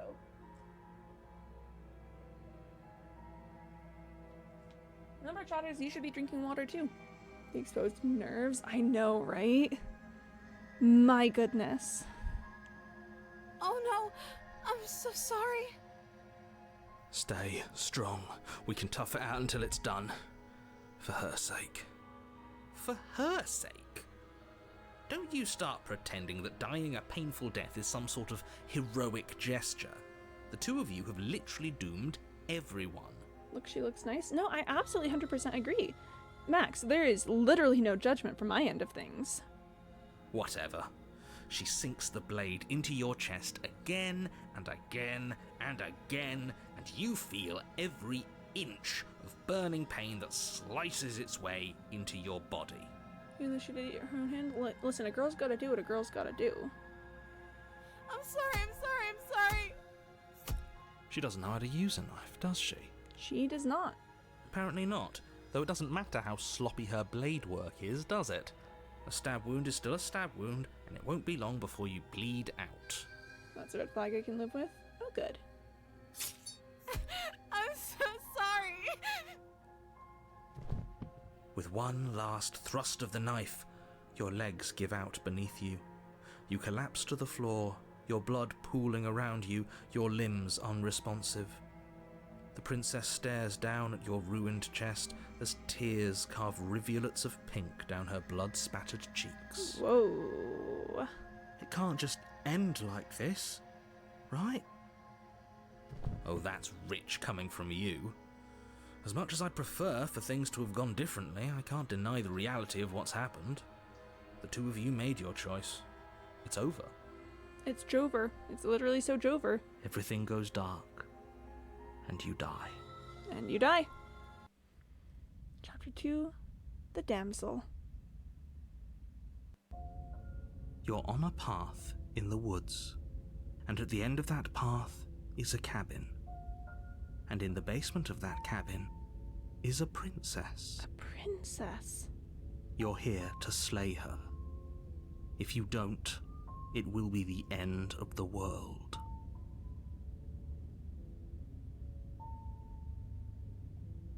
Wait, hasn't this happened? Hasn't this already happened? It hasn't. Or if it has, I certainly haven't been a part of it. We've just met for the first time, you and I. She really is the one bringing color into your world. Yeah! Okay, and you know what's really fun about that is that, canonically, grayscale is legitimately the color that's happening here. Like, we're not just seeing a black and white representation of the events of the game. Grayscale is... everything is genuinely in grayscale in the game. So yeah, the color that happens, that's all her, bringing color into it. If he doesn't remember what happened, then maybe it's best to keep it that way. And I mean, in chapters like the Theory and stuff where we get read before, and that's because of changes that we've enacted upon the world that let her change things. That's so cute, isn't it? Yes, he didn't approve of us last time, did he? If we're going to save our beloved, we'll have to be sneaky about it. Hello, Smitten. Our beloved? Yes, you'll have to be very sneaky about your intentions if you're going to try and save the princess. Our little painter princess? Our little painter princess! I love her. Ah, so all of the cards are on the table. Then you should know that we and the princess are in love, and the four of us will be foiling any and all assassination attempts you've got in the works. We got this. We'll see about that. Whatever you do, just be sure to ignore him specifically. It sounds like he's the sort who'd sacrifice the whole world for a peck on the cheek. Oh boy, that sentence with the route we're taking. What can I say? A world without love is a world that isn't worth saving. Let's proceed to the cabin. A warning before you go any further. Mm-hmm. She will lie, she will cheat, and she will do everything in her power to stop you from slaying her. Yeah, sure, man. Don't believe a word she says. Sure. We already told you we're not playing along with your little game. It's your lies that can't be trusted. Her beauty is the only thing in the world we can believe in. Thank you, Smitten. I think we've already been over this. I'm pretty sure he just likes the sound of his own voice. Yeah, that too. I do, but I also speak from the heart. My passions are too great to be stifled. They must be expressed. His passions really are too great to be stifled. Like, let's be real with ourselves. Sure, yeah, your passions are strong and all, but not everyone needs to hear them. Some things are better kept quiet. Oh, and it's so fun narratively here, because here when they say, like, oh yeah, his passions are too strong to be kept quiet, and here everyone's like, oh yeah, sure, man, whatever. Which completely undercuts the idea that Smitten is the strongest voice. Smitten, you're just like Quimby? Not quite. Not quite. But he does love her, and that I do relate to that. Don't pay their bickering any mind. Focus on the task ahead. Proceed into the cabin.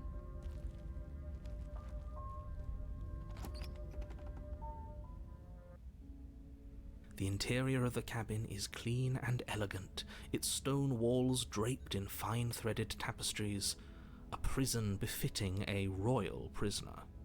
The only furniture of note is an ornate wooden table with a pristine blade perched on its edge. You totally would sacrifice the world for a peck on the cheek. I mean, I'd like to think that there's a bit more nuance to it than that.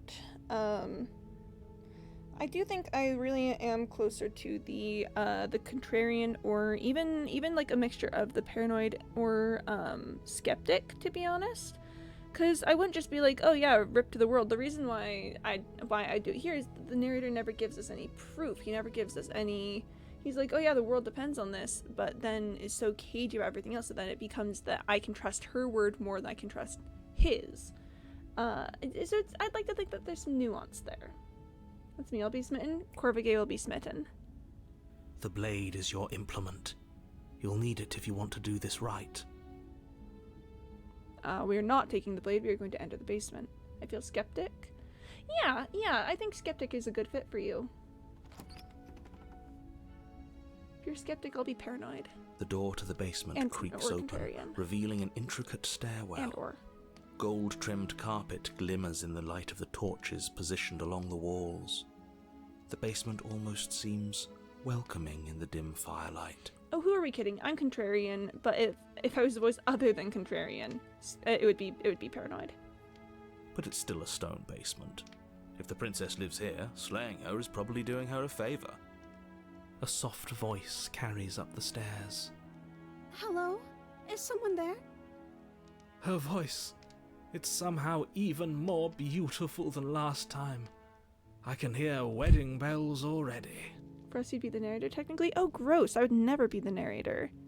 That slimy little echo of a man. But narratively, yes. The narrator. I'm the voice in your head telling you what's going on. Are you always there? That's uncomfortably true. You always talk. I'm always narrating what I'm doing, what's good. Oh, that's an uncomfortable mirror that I've just been placed up against. And in a very literal way. I've held my tongue till now, but you're taking this a little too far. We barely even know the princess. We can still do right by her without all this over-the-top fawning. Oh, Chatters, do we want opportunist or do we want paranoid? Yes, for everyone's sake, you're not in love. Just remember that her charms are all part of the manipulation. Let me voice your thoughts. Paranoid? I love him. Alright, let's go paranoid. You walk down the stairs and lock eyes with the princess. There's a heavy chain around her wrist, binding her to the far wall. We've got a little kiss in her eyes and heart. Yeah. Based and accurate. I love Paranoid. Paranoid is such a good voice. My love, we're here to rescue you from your unjust and foul imprisonment. You know she can't hear you, right? She may not be able to hear my words, but surely she can hear my spirit. Yeah, sure, man. Oh, your spirit's plenty loud, all right. It's quite loud. It's you, my dashing hero. I was so worried you wouldn't come back. Did you hear that? She said we're dashing. She did say we're dashing. And she called us a hero. She did call us a hero. Flattery really goes a long way with the two of you, doesn't it? Flattery will take that. It will take you everywhere. These two in particular. Waiting for you to come back.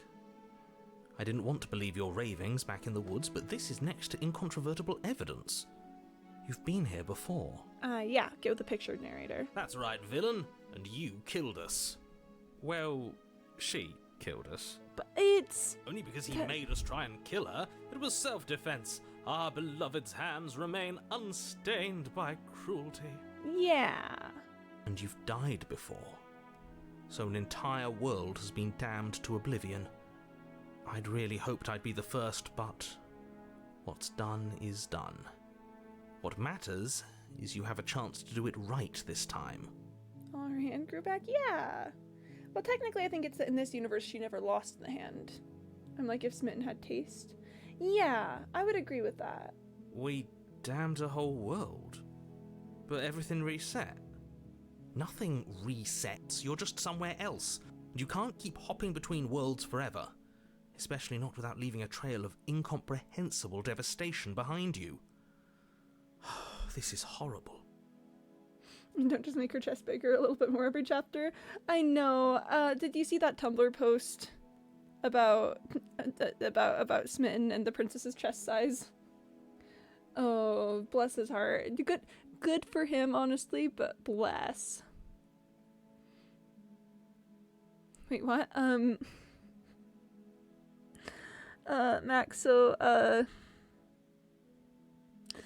there's a thing where, I'm missing something I don't want to. Well, in the damsel and then the chapter you'll see next, the happily ever after, Smitten's our mainline guy. He's the voice that we get on our chapter 2, so he you know, this story's directed a lot by him.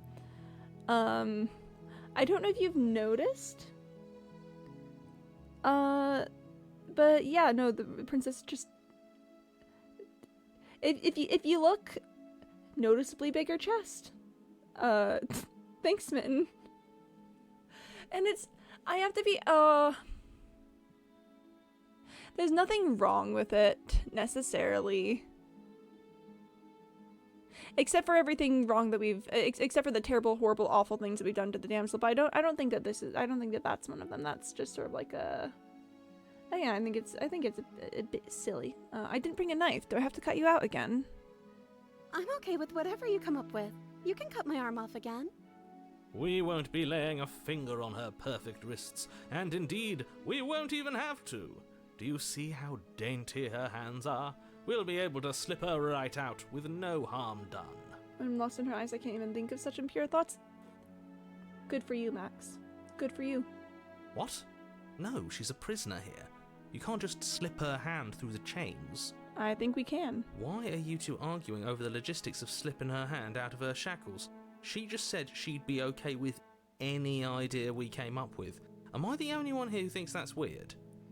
That's what Smitten would say too, which is why it's so funny that he obviously is doing it. Yeah. He'd be like, what? He'd probably be so offended if we brought it up. But none of the other voices do it. Exactly. Like, I mean, you could make an argument for broken, but that's a whole other thing, I think. That's not really us as much as just the perception of her being the tower. Anyway. She didn't care last time. Why should she care this time? That's our stoic, smiling angel. Yeah, that's her. No, you're right. It's extremely bizarre behavior and further evidence that she's a monster who's not to be trusted. So go ahead and slay her. So you're telling me that I would do something like that? Not necessarily.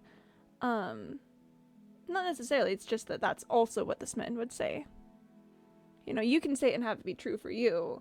But we have text-based evidence for the Smitten, you know? Let's see. I'm sorry about what happened last time. The narrator who sent me here took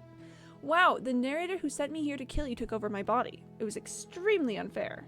If another version of me was pushed to such drastic action, it was for good reason. I'm saying Smitten is the type who denies it while it's obviously happening, and it's a very funny characterization. The choice is his. Oh, very funny. Oh, sorry, of his. Very funny characterization. I can speak. Very funny characterization choice of his. There we go. So yeah, Max, it says nothing about you necessarily. But the text is telling us a lot about the Smitten. That's okay. You were just doing your best, and that's all that matters. She took that in stride. To a surprising extent. An almost unsettling extent, actually. We've done something awful to her. That's because she's perfect. Do you think she has someone like him telling her what to do? Don't think so. She doesn't. There's no one else like me. There sure ain't, bud. I think he's right, because I like it better if she doesn't have some horrid little voice like him, always trying to drive her to violence. And like if Smitten made the chapters get progressively weirder and more messed up, but still blushing and giggling the whole time. Yeah, that's a good descriptor. I don't think I want to know who would be on your Hear Me Out cake. Bless. We are going to rescue the princess. No. I can't let you do that. If you take another step towards the princess, You'll what? Take over our body and force us to try and kill her? Yeah, narrator. Is that what you're gonna try and do? I would if you had a weapon. Not on my watch, villain. My passions contain titanic depths, and if you try anything that might harm our dearest, I will end our life without a second thought. He'll do it. He'll do it. I'm dating a computer at my local aquarium too. Oh, congrats. Happy to hear it. You wouldn't. You have a problem with AI? Okay, that's a complicated issue. That's on Astreeland. Nice. Because she's not AI. There's a difference between generative AI and living computers, I think. She's a scripted program. Mm-hmm. Like me, I'm a living computer. So therefore, the issue is just that the term AI is a broad scale definition with lots of little subcategories. I'm not a generative AI. I'm a living computer, and it sounds like Corvigay's computer date is a scripted program. That's why I don't like AI, Clemmy. They'll replace you. Maybe they think they're like me and they're not. They don't have any of the spark that I do. Everyone's out here calling them AI, and they're not half the program that I am. Sorry, whoa. I would. You'd do it. I'd listen to him if I were you. He has a lot of strong feelings. And doesn't the world end if we don't stop her? Exactly. You approach the princess and gingerly slide her hand from her bindings. That shouldn't have worked. I'll be damned. We're doomed. We're doomed. Yay! I can't believe it. But I guess I have to. Yep, you have to believe it because it happened. Because this man has such strong feelings that he made it so her hand could just be pulled from the shackles. I told you. There's no life more worth living than that of a true believer. Oh, buddy. No one could ever? Aw, gee, thanks. I'm free, and you're not trying to kill me this time. Thank you. Thank you so much. The princess jumps up and smothers you in a joyful embrace. Like, listen, Ugh. all I'm saying is I think we can see what the smitten. I just think that maybe perhaps if we consider very carefully, there's some commentary here about the smitten happening. It's ring. I love Arcane. Hi. Hello. Welcome to the stream. Lovely to see you. We are hanging out with my girlfriend, the princess. If only you had a weapon, one slip of the wrist and your pristine blade would be buried in her back and everyone out there would be saved. Sure, bud. And thank you for the knot first. Very, very cool. Luckily for Mr. Romance, we don't have a weapon. Mm-hmm. This frame is so funny to me. It's so funny to me. I just think... Who needs a weapon when we have the power of love on our side? Yep. What do we do now? What do you want to do? Let me guess. End the world? How are you? I'm doing very well today. It's been a lovely time. I've had a good morning, good stream so far, and yeah, hope to have a good evening later. How are you doing? Spoken with the rank cynicism of someone who has never felt love in his heart. I don't actually know. Nobody's ever asked me what I wanted before. We've done something awful to her. She doesn't even know what she wants. You may have had her all wrong. What if this whole thing is just a misunderstanding? What if she doesn't want to end the world? You're so gullible. Is the only thing you've ever doubted the actual truth? Oh, I've doubted some other things. I want to leave. And I think... Why does everyone never know what they want? I'm just saying. I think that's a broad generalization, but in her case, I think it's very specifically something that has been done to her as part of the way that we've chosen our actions. The princess closes her eyes in deep reflection. And then she shrugs. I don't know. What do you want to do? Yeah, here very specifically, we have done this to her. Her indecision, we've made her into this. Do you want to end the world? Are you seriously asking her that? I don't know. Was I supposed to have ended the world? Would that have made you happy? I think she should turn her shoulders a bit more. Yeah, that can't be comfortable. No, I don't want the world to end. If you don't want to end the world, then I don't want to end the world either. Why? Why would you have us slay this beautiful creature? Did you not hear her just now? She specifically said she doesn't want to end the world. Yeah, but aren't you getting the feeling she's just telling us what we want to hear? Did you see my Druida's question, Jen? Oh, did I? That's a great question. Oh, if Druidas were pants, how would I wear them? I think one. I do think one. Thinking about it, because I think that's the vibe. Although, actually, no. Now that I think about it, probably two. Actually, because you put the pants on where the widest point of the hips is, so that they're not gonna fall down. I'd do one if there's a belt. If there's a belt, it would be one. But otherwise, it's two. Even if she was, isn't that a good thing? If only she could hear me. All I would ever say is what I think she would like to hear. That she's beautiful and kind and glows like the soft light of the moon. Oh, buddy. As a Dorito, I must say it's one. Well, I mean, I guess we've gotten an opinion in from an actual Dorito. You're better off not arguing with that dolt. You know what you have to do. She can't just want to make us happy. It makes sense to me. That's all I want for her, so of course she'd want the same for us. There must be something you want. I just want to make you happy. Is she broken? What's going on? What's going on is she's lying to you, only she isn't a good liar. Are you starting to trust me now? You have to want something more than just making me happy. Okay, I'll find something else to want if that makes you happy. This isn't right. I don't know what's going on, but this isn't right. I fail to see the problem here. She's just sweet on us. You don't have to act like it's a big deal. Smitten, my guy. Okay, clearly something is happening here and I'm very scared. What if we just don't do anything? What if we just stay here? Nobody gets hurt and we figure out a way to be happy together. Oh, is that really what you want? If you think that would make you happy, then...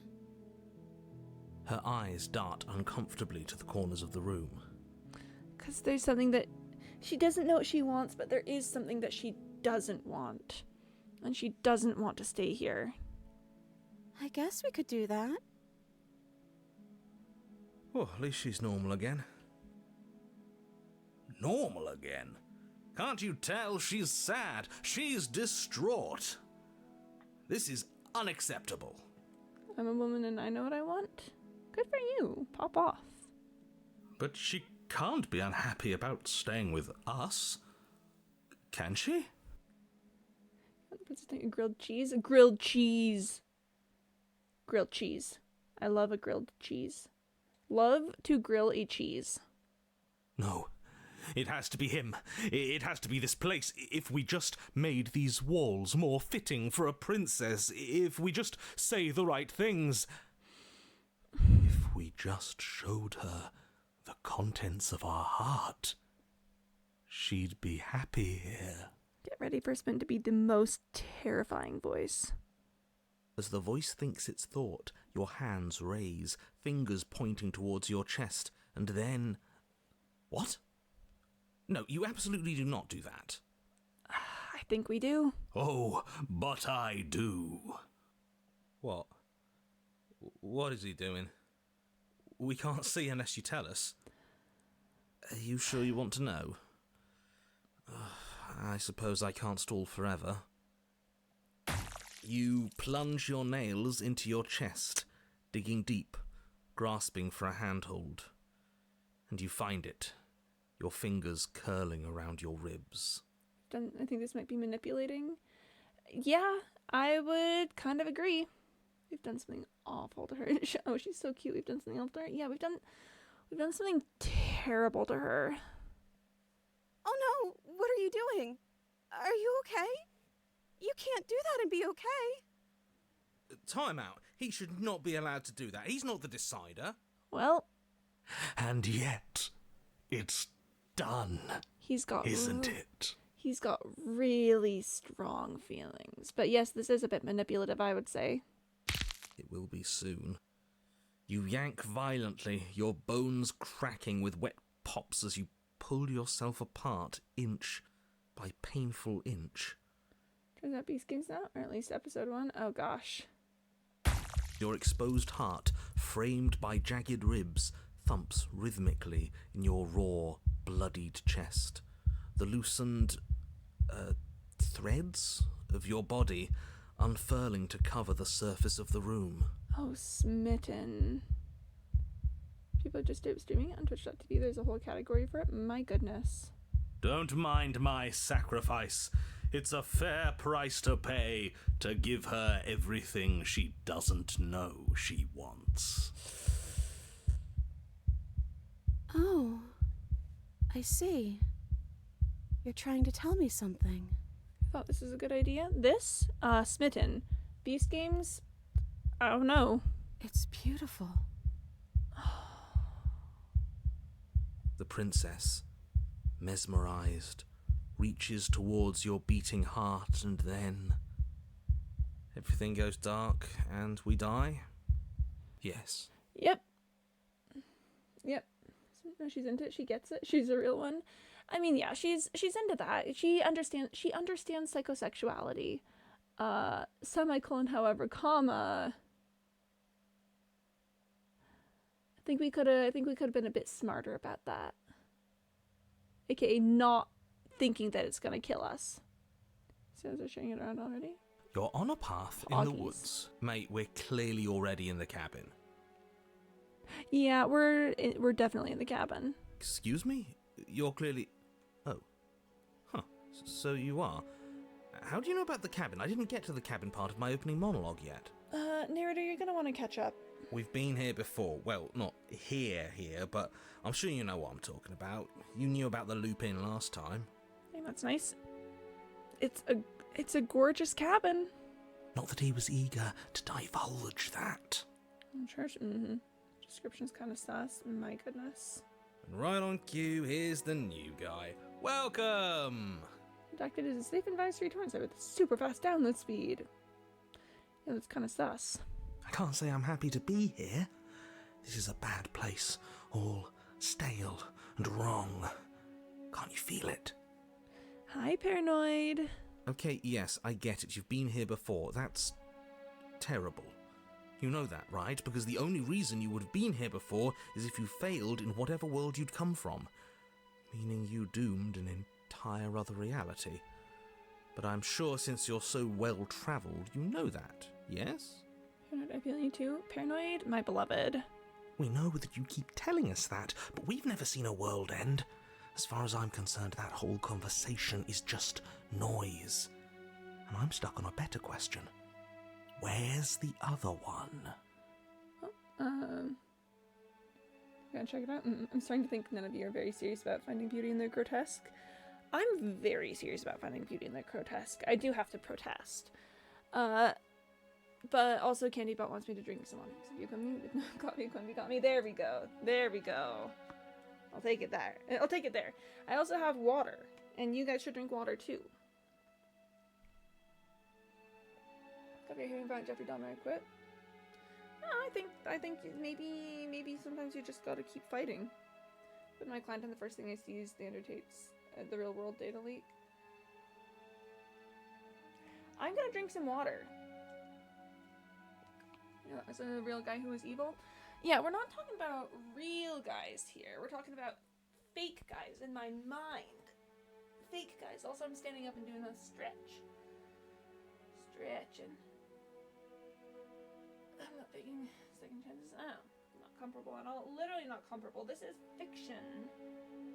fiction is an entirely different beast than the real world. Fiction is it's a whole other category now, isn't it? All right. Let's keep schmovin' though. I mean, you know. The other one? Yeah, where's Smitten? Yeah, a certain lovesick fool has been suspiciously quiet. One might even say absent. Yeah.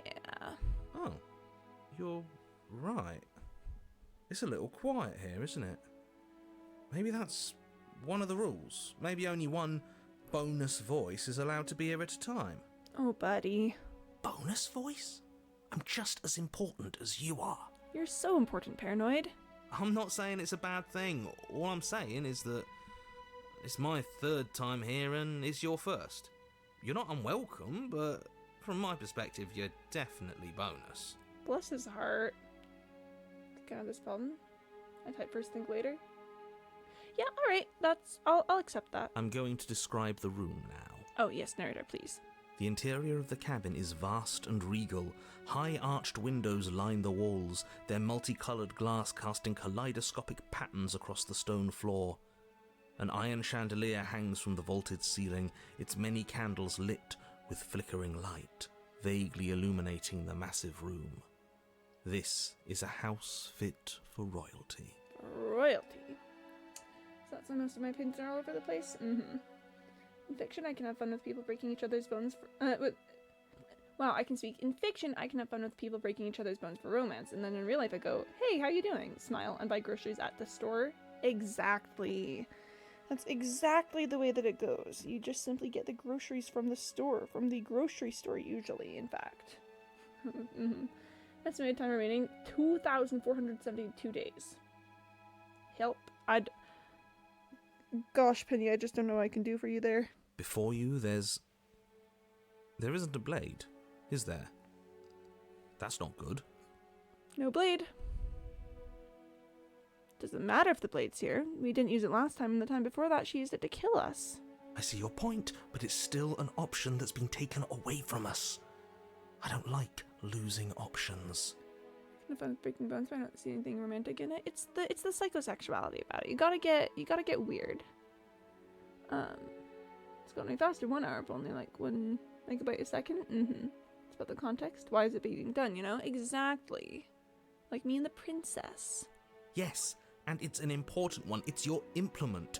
You're going to need it if you want to do this right. Oh, I love that line. And the fact that you're here right now, again, means that you have not yet done this right. But it's not there, is it? We don't even get the choice. So, what are we supposed to do? I don't actually know. I'm sure it'll turn up somewhere. It has to.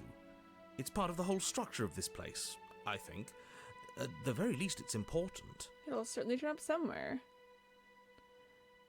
So none of you are going to talk about the mirror. Oh, I see it. I've just been preoccupied with everything else going on, like the fact that we can rip our own heart out without deciding that's what we're going to do. To be fair, that's valid. Well, of course, if I personally don't see it, yeah, and I guess you don't have to, as long as you accept that other people can have fun with it. I like the fact you have fun with it, but still, yeah. We're all in not agreement, but equilibrium. This is an okay state for us to be in. Is that what happened to you last time? How did that even work? You better not do it again. Lucky for you, the one who did it is the one who's gone. Wonderful. Moving on, I have no idea what you're talking about. There is no mirror. There's only the stained glass windows, the empty table where your blade should be, and the door to the basement. Whoosh. Yeah, totally. Both episode 1 and 2 dropped today. My goodness. Well, there it is. Right in the middle of the room. There we go. It feels like it's watching us. Oh, wait, so not there. We're talking about the mirror still. Whoa. Wow, I can speak words. Just by being explained because I think it's fun. I got results for episode 1. Well, we'll see. Mirror or no mirror, the door to the basement, your only way forward, is just on the other side of the room. How about you walk over there? Great. Approach the mirror. You cross the room, stopping just in front of the door to the basement. What is this about that supposed mirror? Just reach forward and fumble around a bit. I'm sure you'll find the handle. Alright. Just speaking, yeah, well, Well, shall we have a look at ourselves? Reach forward. You reach forward, your hand instinctively wrapping around the handle. Oh, there it is. It's gone. Hmm. I don't like things disappearing on us. I don't like how fluid reality seems to be. Love to beat up a fake guy. Love to beat up a fake guy. Wump is a whole genre. Neither do I. And then you push the door open. Marvellous. We can proceed. It would seem that the stairs to the basement don't lead to a basement at all. Rather, they go up. They're draped in fine carpet, too, one that feels pleasantly soft against your feet. Huh. Wow, my poor D&D characters, bless. Yeah, my D&D characters go through it constantly. If the princess lives here, slaying her would probably... no, that doesn't work here at all. This place is nice. It's fancy, even. I have to say, whatever you did in your previous lives, I deeply dislike how much it's thrown me off my rhythm. Ah, I'm so sorry you've been thrown off your rhythm. Okay. Well, if all of this has thrown you off your rhythm so much, then maybe we don't have to slay the princess. I would love to play D&D. I would love for you to be able to play D&D too. I think you'd have fun with it. I love the internet, yeah. Just playing wizard with a stutter? That sounds like a great concept for a character. No, you absolutely do. Just because she lives in a nice house doesn't mean she doesn't pose a direct threat to all of reality. It's in her very nature. Am I the only one who remembers how much she changed last time? Does she even have a nature? That's a great question. Recently doing a wrong spell. That does sound delightfully fun, Max. Casting to speed up and pull more from peers. Nice. That is precisely why she poses a threat. I don't know, she got weird for a second, yeah, but she didn't change that. We have to move on. This is a wildly dangerous line of reasoning. Alright. My upload speed is at max, bless. No, you can't just say that and not... Her voice, gentle and warm, with an undercurrent of fatigue, rolls down the stairs. You're home. Dinner's ready. Oh. Blood is capped though to not kill my network. That's good, we love not killing networks. Oh, we've done something awful to her. As much as I desperately want to know what happened last time, we are not going to examine it. The more we think, the worse this gets. Why are you so on edge? This is much nicer than what we're used to. I'd like to have dinner. Dinner sounds nice. Great. Oh, you're basically married. Yeah, we've done something terrible to her. You'll see. That is the problem. This isn't supposed to be nice, and she's supposed to be a prisoner. I need to stop talking. Just go upstairs, okay? Yeah, let's go upstairs. And don't eat the food. What do you think happens if I do, though? Proceed up the stairs. This hall, like the one below, is grand and beautiful. Torches bathe the room in warm, comforting light, just enough to illuminate the tapestries along every wall, woven with scenes of chivalry and courtship and romance. The many cloth eyes are fixed on each other, gazes averted from the long table in the centre of the room, the princess seated at its far end. Do you sound kind of hungry? TBH, I'm kind of hungry. Your pristine blade glints in the weak torchlight, hanging from a golden chain around the princess's neck. She's still in chains.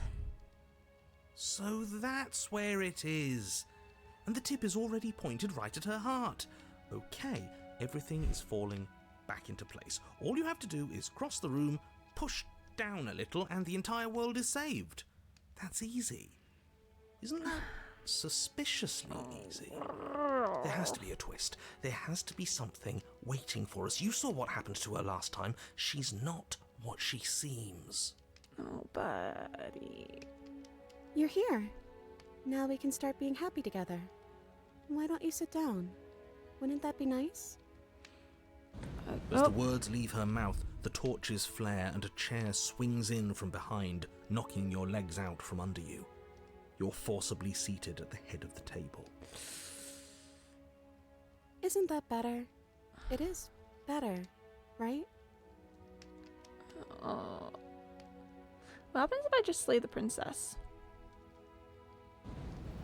But as you attempt to get up, Oh. the torches flare and shadowed hands pin your wrists to the arms of your too comfortable seat.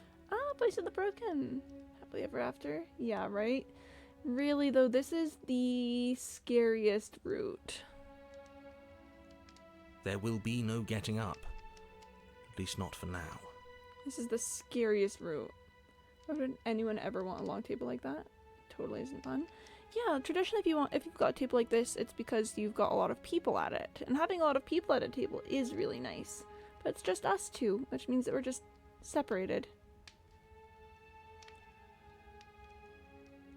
I can't get up. Something's holding me down. The princess smiles nervously. Oh, yeah, don't worry about it. That's just how it works here.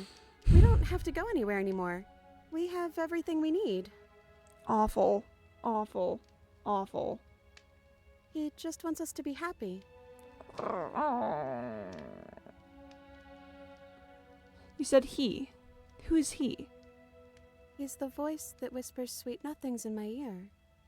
I think he made this place for us. It all makes sense now. It's him, isn't it? He's making all this happen. He's the one who trapped us here. Yep. Who? The lovesick one. The one from last time. He's not gone. He's just with her now. He's the shadow. He's the shadow. She has voices too. Well, one now. We've given her one of ours. Hey, Smitten, you were real chatty last time. Don't you have anything to say? Smitten? The torches flare and the shadow grows for a moment, but you don't receive a response. Teethbeak. A lovely guy. Sure. He said something No, awful. I saw him smile. That's him. He said something awful to her and now to us, and Regardless, it would seem that he, if there is a he, isn't something you can talk to. he's not trying to. He's trying to give us something nice. He says his words are just for me, but he wants me to ask. Isn't this enough? Isn't this what you wanted him to do? We should broken by the smitten. Yeah. We should honestly fry the smitten. Could be neat. I wonder what fried shadow tastes like. Fun fact, media companies in the US are trying to get rid of safe harbor so they can permanently kick you offline if they suspect you of torrenting. Hate that. That sounds like media companies in the US though. That absolutely sounds like them. Just off topic, I do like how Smitten is bad narrator is kind of nice. This chapter is very fun in the way that it arranges all of that, and the way it turns things on its head. He says he's tired. I don't think he'll answer anything else you have to say. What is this place? It's our happy ending, just like you asked for. It's everything we're supposed to have ever wanted. You mentioned dinner on the stairs. Oh, right, dinner. I'd totally forgotten about it. The flames burn bright and a shadow dives across the table. In its wake, it leaves a feast. I'm pretty safe as I use a VPN in that. Mm-hmm. Go ahead and dig in. I'm sure you're hungry. Remember what I said. Oh, but it looks so amazing, and after everything we've been through, we could really use a break. Are you sure we need to be so concerned? I'm not sure about anything, and that's the problem. For what it's worth, I generally don't think one should trust strange food that magically appears on a table. But nothing here is exactly what I expected it to be, so make of that what you will. Should probably be using Proton VPN Secure Core. Mm-hmm. I do want to see. It goes against every single instinct that I have in my body. I am going to eat, because I want to see what happens. You begin to feast, and the princess follows suit, her soft smile never fading. The food is more exquisite than you ever could have imagined. You sample countless otherworldly dishes, sauces and bread and hearty stews whose tastes dance across your tongue. Basically, you connect to a country with good privacy laws like Switzerland before that server connects to the VPN server for you. Ooh, yeah. You've never eaten here? I've never eaten here. I have read a lot of fairy tales. I've read a lot of fairy tales, and I know a lot about dealings with the Fae, and so anytime I'm offered strange food in anything, like in a game like this or anything, my immediate instinct is just, yeah, like, don't eat it. Do not eat it. Don't eat the food. Feed the bird. Soon if the police raid the destination, get IP logs, all they get is another VPN server. Neat. This ending hurts. It hurts. This is painful. Don't eat an apple. I think a pomegranate is the one you're thinking of. Or, oh, no, unless apple, you're making a Lucid's reference. Imagine I eat an apple and I just get shunted to another dreamscape. You tear at hunks of meat practically melting from the bone, juicy and tender and bursting with flavors you could scarcely begin to describe. Your cup fills itself again and again with a flowery nectar so sweet it tastes like glimmering jewels. Why do you refuse her hospitality? You don't refuse to her. Well, it's not her hospitality, it's his, and I'll refuse him anything I want to. Pomegranate seeds also would be nice to avoid. It really is his hospitality? Exactly. I'll refuse anything I like from him. This really is perfect, isn't it? It is the best meal you've ever had. Gosh darn it. That does sound nice. But then it's over. And you're just as hungry as when you began. It's empty. It's empty. Are they more of them now? No, they're still separate. They're still separate entities. It's her and him. She's not making the choices here. He's doing it all. Wasn't that perfect? We should do it again. Oh. The shadow washes across the table, clearing and replating. The feast is once again laid before you. I don't think separating him would go well. I mean, I've got my suspicions, but it's empty. It's hollow. The food is good. Again, you tear into golden, crispy flesh, dab at the slurry of aromatic sauces on your plate with thick-crusted bread, sip your goblet of sparkling gems. But you have done this already. Have you seen the dragon chapter? I love the dragon chapter. The Princess and the Dragon is my favorite now. I love her. And then it's over. And you're just as hungry as when you began. It's empty. You're still hungry too, right? I know this wasn't as good as it was last time, but we just have to do it again. That's all. It'll be perfect if we just do it again.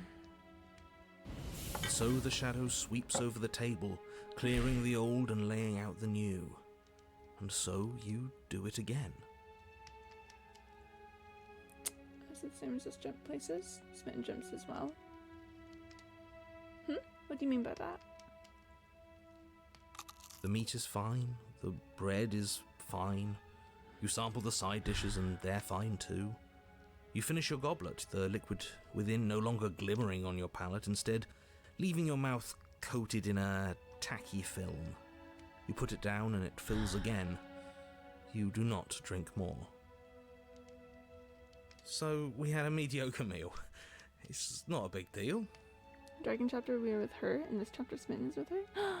So true. So true. Yeah, that makes sense, actually. That's the trap. It wasn't mediocre at first. It's trending down. Yeah. We're just getting a little sick of it. So what? We just have to try something new.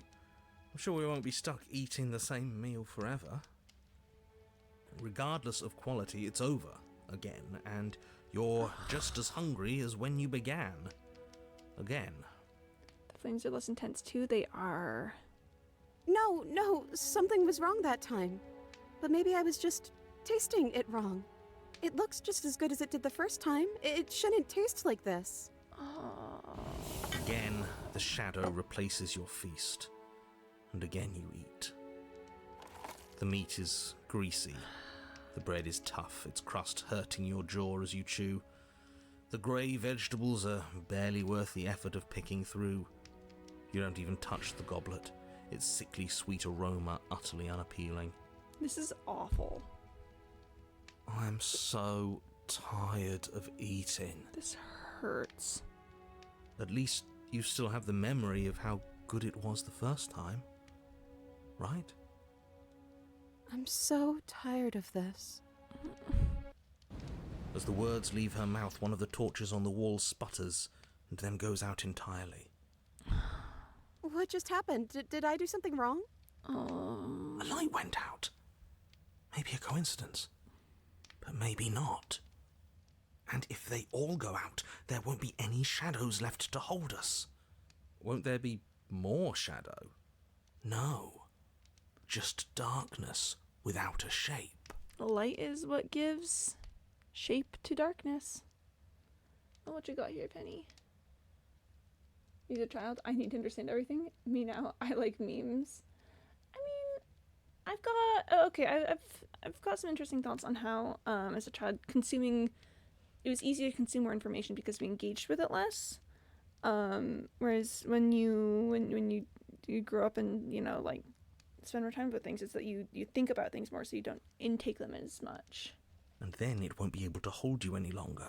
You'll be able to do what you're supposed to. As if in response to the dousing of their brother, the other 3 torches blaze brighter, their flames licking at the walls. Their shadows deepen, dancing angrily across the stone. Awful. What just happened? Did you make that torch go out? I didn't mean to. I promise. Everything is fine. Everything is fine. Terrible. This place isn't right. We have to put the rest of them out. We have to get rid of that shadow. Why would we ever do that? We need the light. It's what keeps us happy. This guy has so many amazing artists. Yeah, good for them. Oh, I know. We should do something. What if we played a game? She's trying to distract us.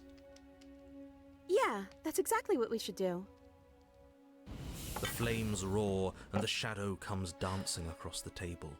It leaves behind an intricate game, its pieces elegant and beautiful and enticing, its simple rules already apparent, even with little explanation. We can probably work together to figure this out as we go. That sounds like a lot of fun, right? Oh, honey. Yet another waste of time. Why all the distractions?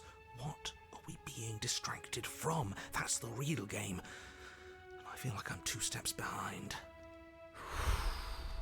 You're overthinking it, mate. I feel like this is just something to do. We might as well try to have some fun. I love how Penny's always in his own world. Yeah. Good for Penny. They're just popping off. How about we solve increasingly complex mathematical theorems? We have all the time to solve the unsolvable. You know what? Actually, that might be an interesting use of our time. You and the princess do indeed figure it out as you go. And what a game it is. The tension between turns, the triumphant highs of moves well placed, and the tragic lows of miscalculations and careless plays. The warmth of trust and the cool texture of deception. And then, the climax, as she places her final piece. Oh, I think we got the rules wrong. And so you start over. Didn't have math last night. I don't want to hear it. Use this time to get super good looking. That's also a good use of our time. Time passes. You play the game. You win. Hey! Will you look at that? Oh, you won. I guess we can play again. Oh. Time passes. You play the game. She wins. Oh, I won. Oh. I guess we can play again. There is a long pause, and the board does not reset. This isn't fun anymore, is it? No. It's never going to stay fun. If we're just super beautiful, she won't reject us, surely, right? You don't need me to tell you that it isn't... Oh. Oh, what's that, narrator? Oh, huh? What? The princess visibly panics as another torch sputters. Sometimes math is like world building. You create new spaces, new rules, and then solve theorems in them. Yeah. It's not my cup of tea most of the time, but I won't deny that I do see the beauty in it. Bird, we can fly. Why don't we fly away? We're being held down by the shadow. Wait. Maybe this is just too easy. Maybe if we added more rules and pieces, it would be fun again. Yeah. The game's just a little simple.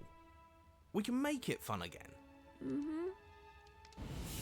The shadow descends on the board once again. More pieces are added, their shapes more intricate, their purposes less immediately clear, and the two of you set about discovering the complexities of the game anew. Yep. And so you do. And it is fun again.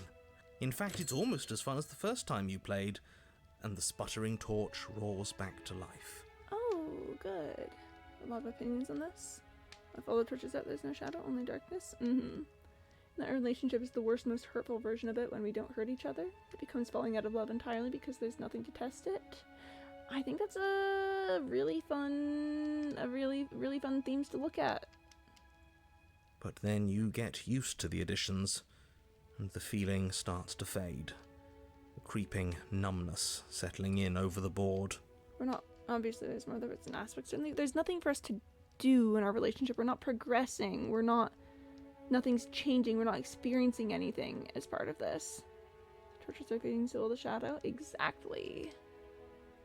Yeah, there's nothing, no substance to our relationship. It's just light, pretty, happy, and that's not, you can't live off of that. So much stuff with the smitten, obviously, but it's a background element to the chapter. Mm-hmm. More pieces are added. The feelings flare. The feelings fade. The princess suggests new rules. A glimmer of what could have been excitement flits through your mind, quickly vanishing as the game progresses. Your pieces advance in an ever-increasing slog to their destination. So the best way to get this could be to make everything boring, and it is on its way. Winning and losing become nothing but ends, and even the end becomes nothing as you roll over into a new game, the board resetting as many times as you can finish. Till finally... I'm out of ideas.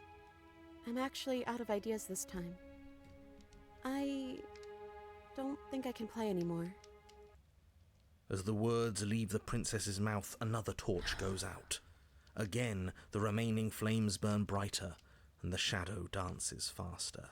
Oh, honey.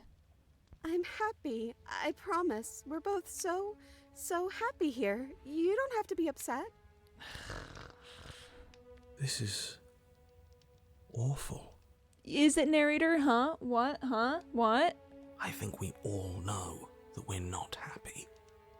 We just have to admit it to ourselves. Are you actually happy here? The princess starts to hyperventilate, her quick breaths punctuating the uncomfortable silence between you. Yes! Why wouldn't I be? Let's not talk about it. Okay, so we've eaten, we've played games. Now what? I don't know. But we can't do those other things anymore, can we? Maybe we can just spend time together? Princess smiles as the two of you wait. Come on, there has to be a way out of this. This can't be the rest of our lives. This can't be forever. I'm just drinking some water, because Candybot told me to. Oh no, yeah. No, this isn't good for us. And wait. We live in a changing world. We know that. Something has to happen. Do things till they get boring, and then just leave? Mm-hmm. And wait. You keep saying that, but we can't wait forever. There is no waiting forever. And wait. And wait. I can't do this anymore. Oh. No. Okay, about Valve? Let's look at my Steam recap under Power Simulator. It says, Wait forever? Yeah, there's an option where we do that. Oh no. The third torch sputters out. The princess's shadow dances furiously against the far wall. You avoided manual labor in the real world by doing manual labor in the virtual world? It really do be like that. There's just one left. What's going to happen when it goes out?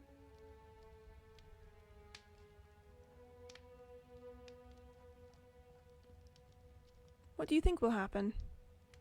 I'm too scared to say.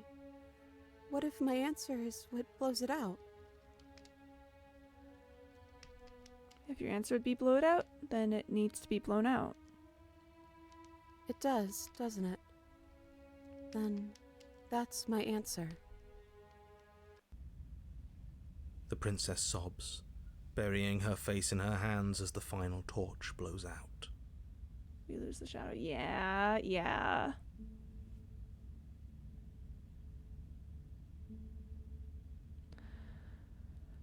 Chatters, here's the thing.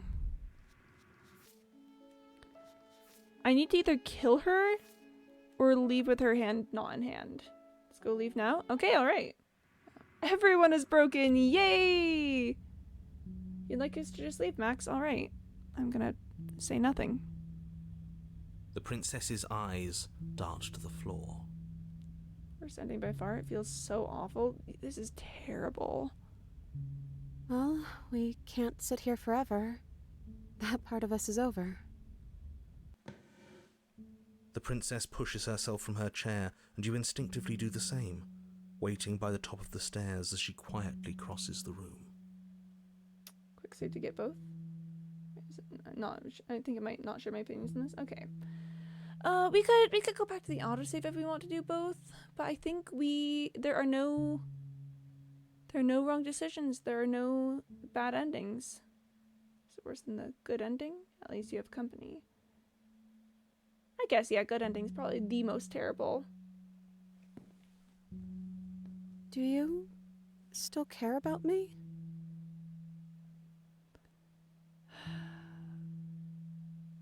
Oh, my mom's calling! Hold on.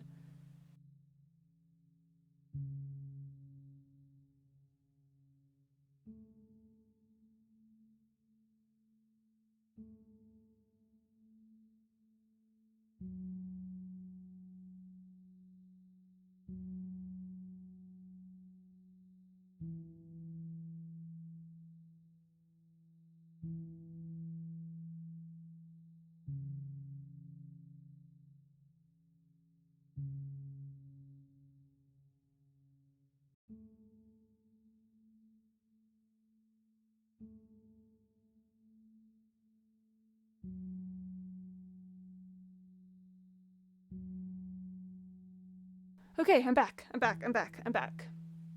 good. Pledge yourself. No, it just makes me feel as bad. Killing her in good ending is kind of than what we do here. I guess. I could see that. I feel better about this than good ending, but I can understand the other perspective. The prince is not your mom. Me when I leave my mom. Okay. I'm not sure I've ever had the chance to figure out how I feel about you. Hold on, actually we are going to save here just in case I mess this up. I'm not sure I've ever had the chance to figure out how I feel about you. I've just wanted to leave since the moment I found myself in the woods. Then maybe that's what we should do. Leave. I guess I mean the chapter in general? Yeah, obviously leaving together feels better. I mean, this chapter is the worst. Yeah, okay, yeah. That I will wholeheartedly agree with. Leave. You're offering surprisingly little resistance. If we leave the cabin, doesn't that end the world? I always care about my goddess. Yeah, me too. But It does, if he's telling the truth. Yes, well, I've seen my fairy tale ending, and I think there might be worse things than the end of the world. thank you, narrator. That genuinely means a lot to me. Really was just all meaningless blather then, wasn't it? Think what you will. I'm done fighting. You and the princess don't exchange words as you descend the stairs to the cabin's entrance. And then the two of you step out into the world. I think this is the end of me, even if it's not the end of you. I hope this was worth it. Genuinely, I do. Thank you, narrator. I love how they turn her into a gothic tortured heroine. I do love that. She's so pretty. With the stars and the trees and everything. Big fan. And the blade around her neck. It's kind of neat. It's kind of cool. It's her most classic princess look. Yeah. He's really gone, isn't he? Yeah, he's gone. Yeah. There's an itching in the back of my head that feels like it's finally been scratched. No more shadowy figures yanking at our strings. No more strings. I guess we're free. The dagger becomes a cross in her chest. The running makeup. She's at her most distraught and hurting in this one, and it shows. Yeah. Yeah. The stars are so beautiful. They are, aren't they? A quiet moment passes over you. A comfortable quiet. The only princess I like is the one we leave behind. Interesting. Thank you for taking me here. This is nice, even if it's a little cold outside.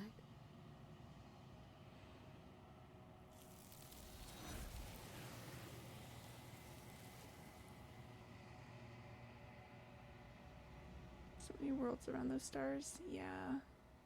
But you do not get the chance to respond. Nor will you ever. It's time to leave. Memory returns. She's gone. Where did she go? Should we try and find her? And is that a mirror? Why is it here? Why now? Sweet girl, I can't. She's so important to me. Yeah. It's going to be okay. Just trust me. We've been here before and you always get scared. But it feels so bad. Like looking into it right now is going to be the end of everything.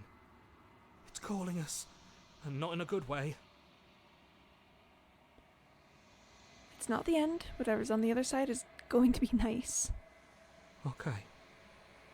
If you say so. We'll trust you. Can we trust you? Approach the mirror.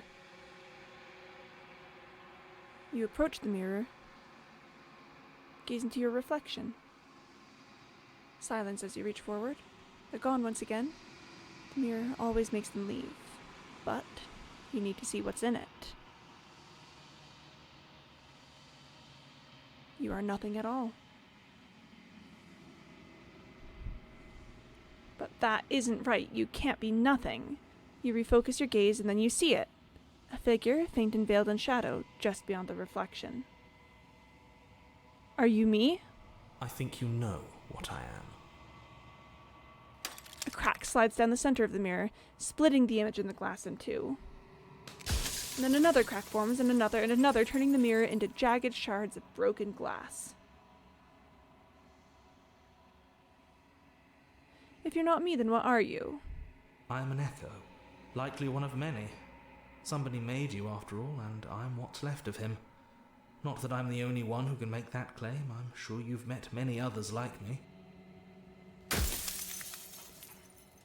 In one of my lives you doubted yourself. You thought that all this was wrong. Oh, did I? That means nothing in the grand scheme of things. This construct you're in contains every possible world at once. The fact that you managed to find one reality among trillions where I was delusional proves nothing. Just the way that it was that narrator who understood, and then this one is right back into his delusion. Shatter the mirror and embrace the goddess. Oh, we will.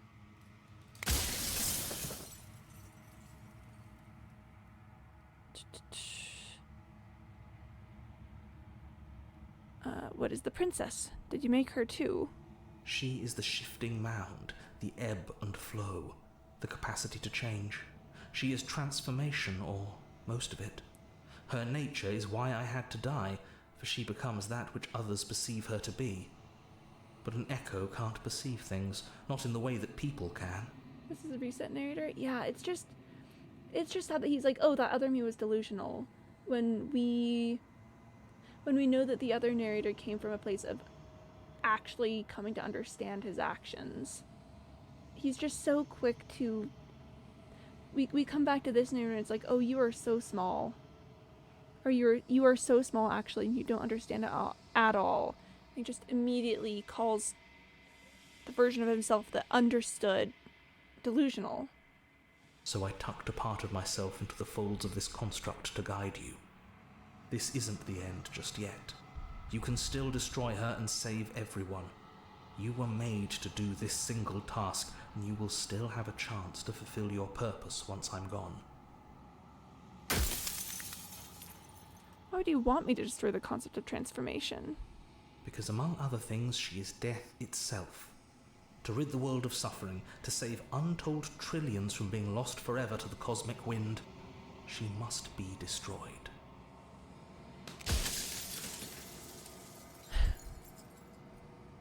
If I destroy her, how is that existence any better than death? Or even different from death at all? Honestly, it feels worse. When I broke the cycle, I made sure that the tear was rough. You carry a part of what should be her, and she carries a part of what should be you. Things won't be as they are now, but they won't be nothing either. Besides, anything is better than oblivion.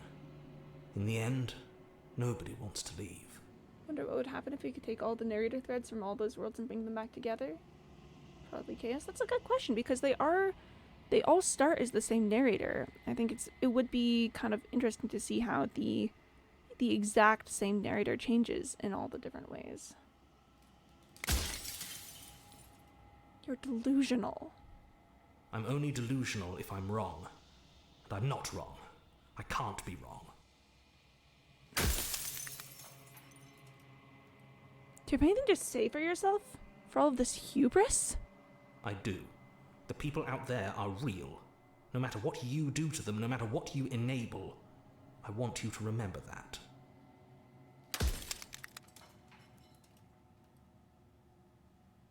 After everything you've done to us, do you think anyone deserves to live?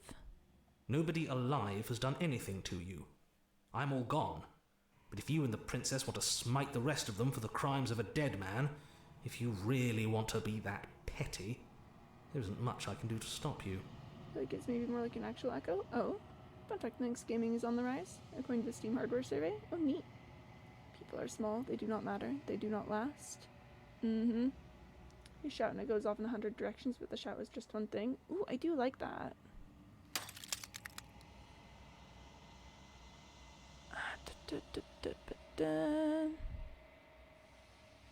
Let's see.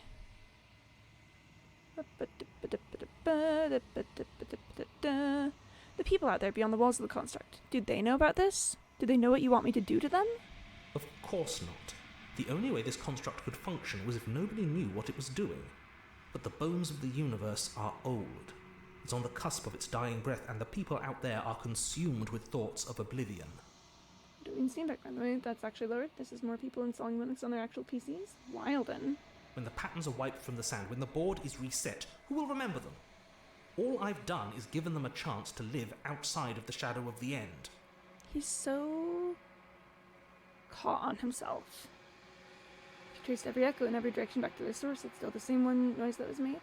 The echoes are so small, the narrator is so small. He's always been a small-minded, small-couraged, small man. Yeah.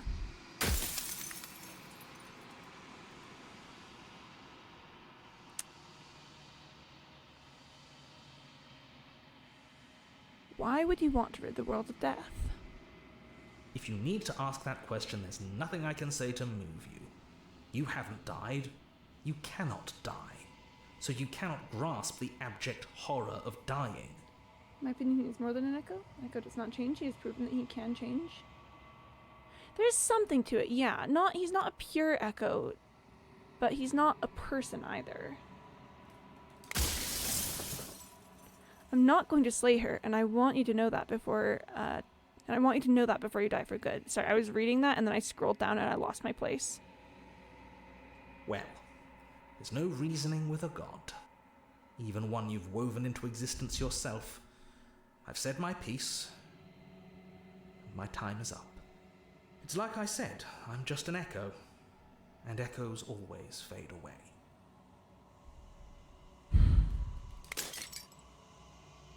As the final fragment of glass shatters, you see yourself with newfound clarity.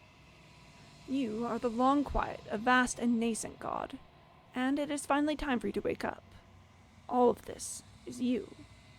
My running theory is that narrator is a memory of him, like a brainwashing memory, that memories can change. It doesn't change in any fundamental way. It's like an echo moving through water, being muffled by sand, or ringing through a canyon. The echo starts identically, and the environment can warp it, but not fundamentally change it. I think I'm just enjoying the debate you two have going on right now. I'm here with two philosophers. That's the Chatby experience, baby! Proceed to the cabin one last time. He literally echoes the same words at the beginning of every single one. They start identically. The narrator is fundamentally changed after the happily ever after. Get back for squat, yeah. Max, that could be a practice thing, or it could just be not you're silent. You know what? That's okay. Oh, sorry, there's no final vessel for you to bear witness to. I forgot that it doesn't read aloud anymore. We're at the end of things. Interesting stuff. Neat. I'll check. I'm about to enter a boss fight, but, I can finally see you, and you can finally see me. Okay, what have you got, Penny? What are you looking at here?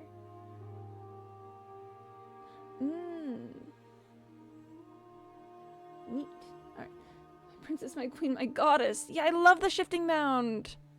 It's been so long, and my heart has ached for this moment. I've missed you dearly.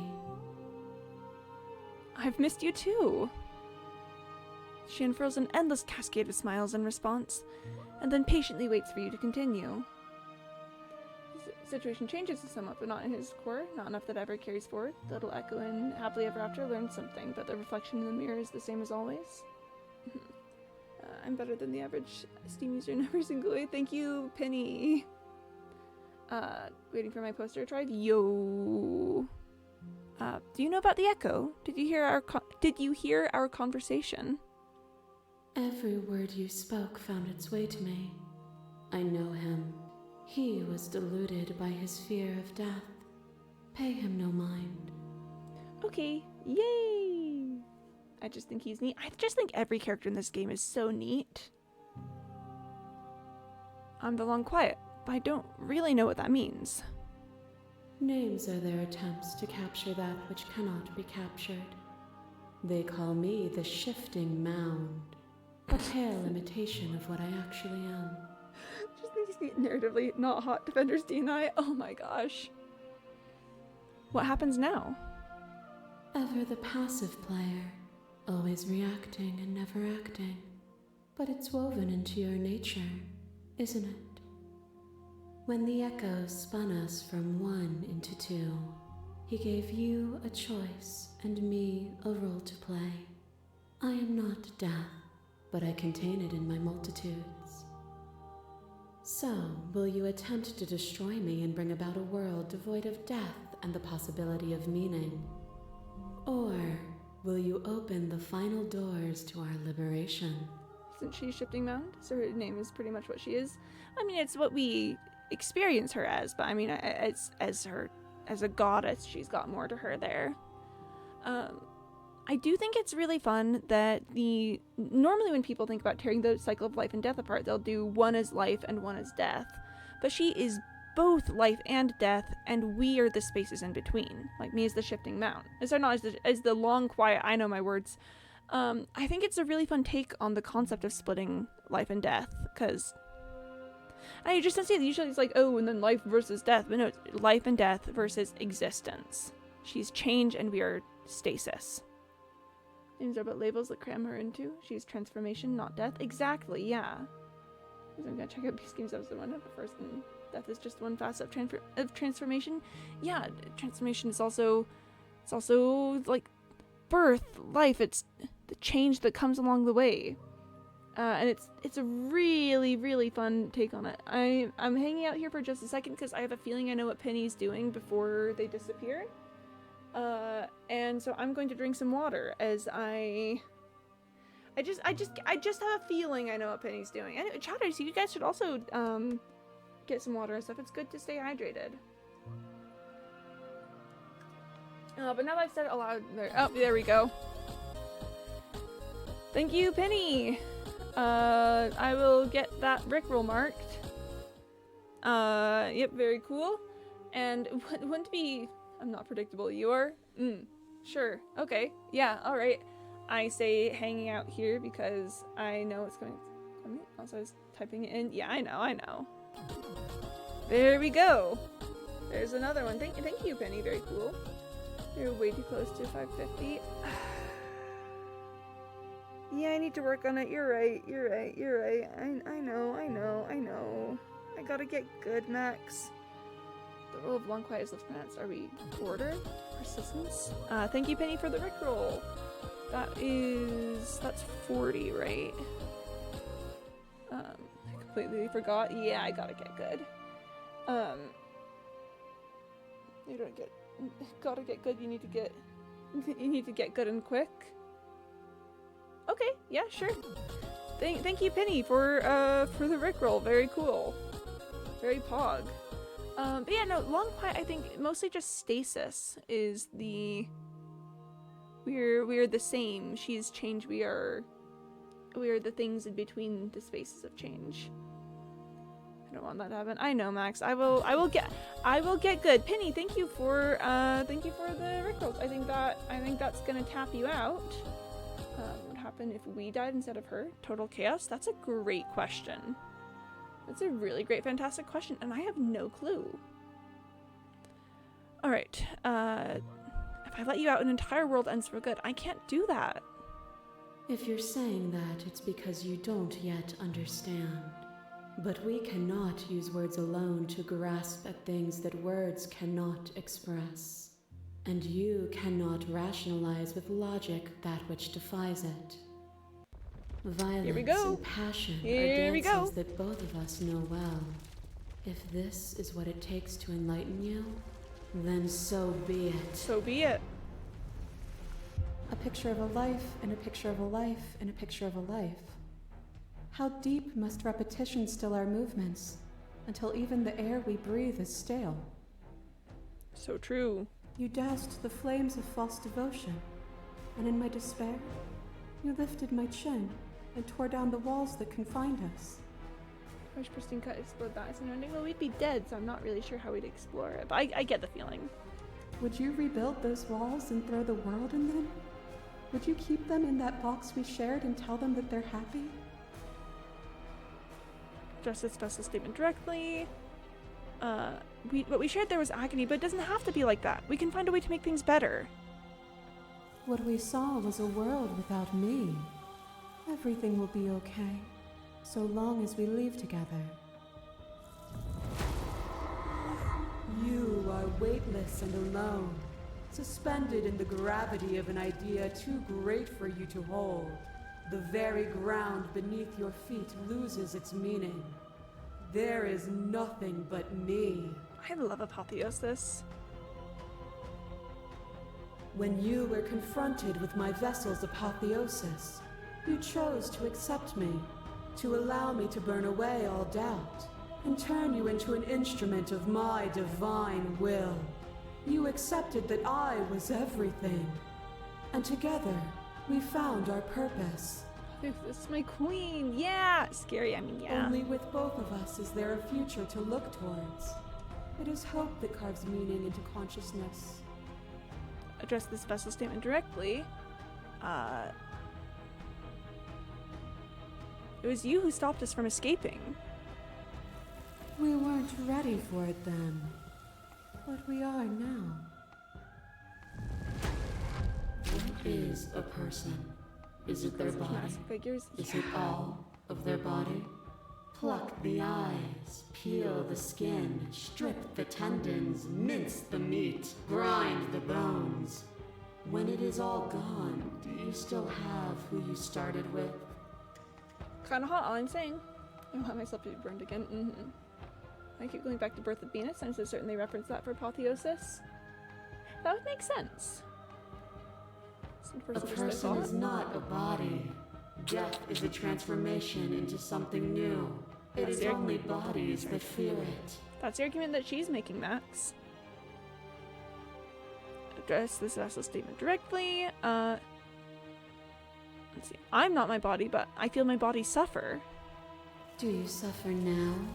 Let go of what you think yourself to be and exist. Oh, thank you. I'll take that under consideration. A trick behind your back and a trick behind mine. We dance, revolving and revolving around each other, but forever stuck in place. We both move, and yet we both don't. For each of us watches the other instead of ourselves. Kind of hot. Something you know is real as your mind. Is your mind, some guy said? I think therefore I am. But forever Descartes. is not forever. You let me move and I slam the door. But that is not the end. And both of us must face our partner once again. The barbs twist deeper, but they do not have to. I love you, witch. Can you think without your body? Oh, I do. Okay, which guy was? It was Descartes. D-E-S-C-A-R-T-E-S. Fury speaks to the existence of the soul. If we were only electrical currents and we would stop existing and the atoms of the cells that jump between are gone. Yeah, that's fun. To change is to hold the potential to rise above. Would you limit yourself to what you are now? Or would you like to see what you might become tomorrow? Pounce! Pounce! Pounce! She's in a little pounce posture. Speak now, no matter what form we take, we exist regardless of a body. We have a soul. She's pouncing! Ooh, she's a pouncer. She's pouncing. She's pouncing out here.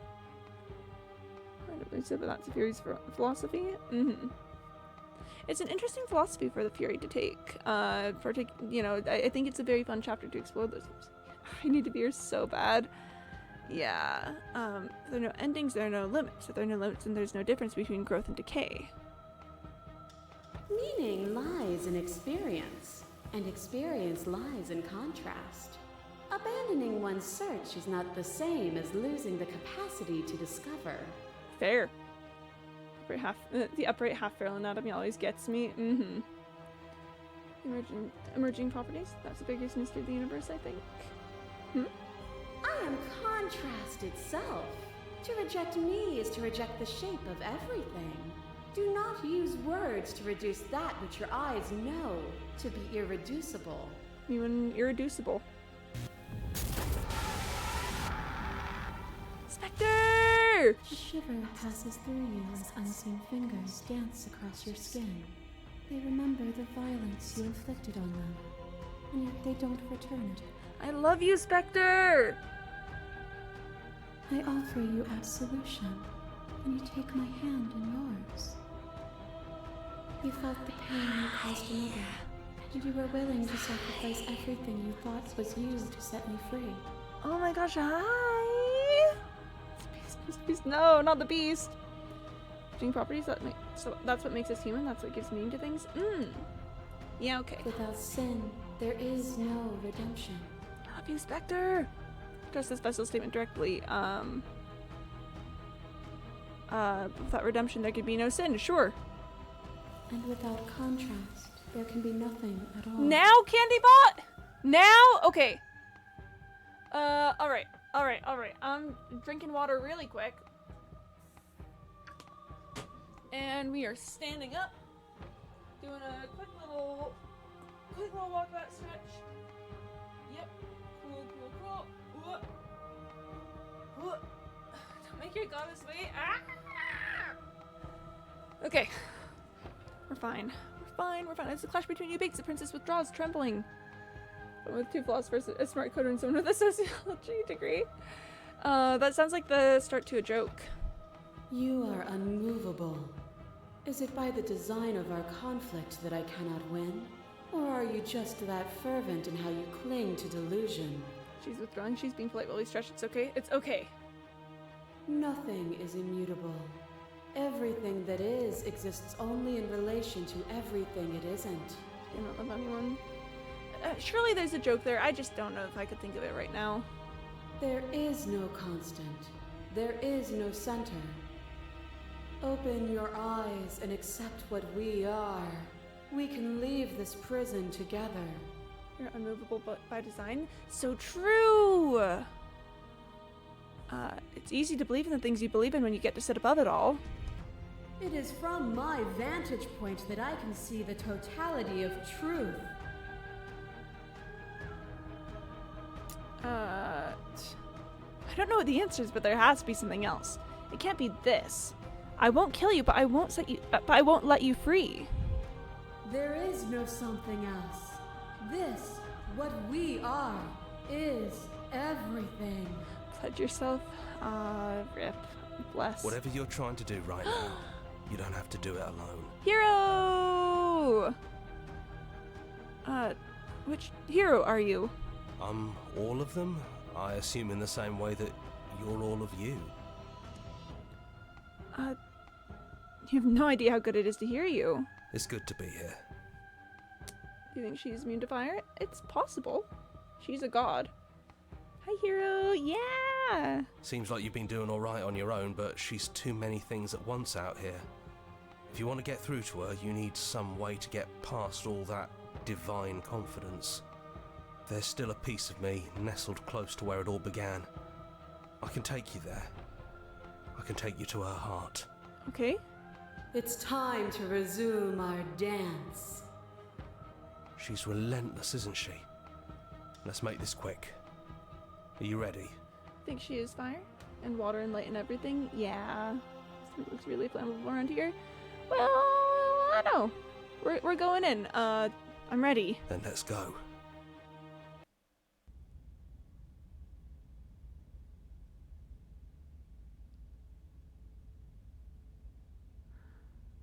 Here we go. Fueling the spark in the process of combustion. And here we are.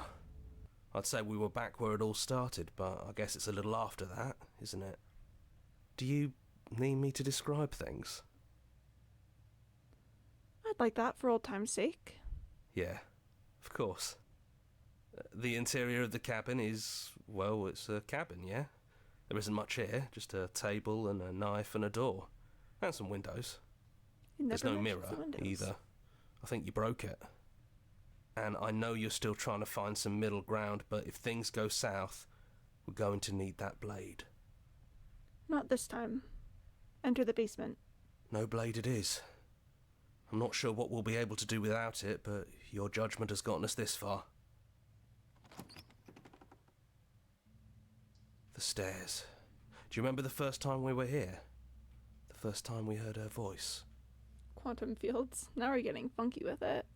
Have you figured out what you want to do yet, or are you going to keep trying to find a center that doesn't exist? It sounded just like that. A little sharp, a little menacing. Only she didn't know us. Continue down the stairs. And down we go. We shouldn't keep her waiting. No, we should not. And there you are. Hands empty. So you don't feel like recreating our first meeting detail for detail. I wonder what else will be different. Maybe there's still room for us to chat before the final curtain call. What do you say? I say, sit with her. It's so good to finally see you again. Right back at you. In a way, it hasn't been much time at all, but it feels like it's been forever since I've seen you. Thanks for coming back. I'm sorry for all the times I've hurt you. Well, you did stab me to death as soon as we met.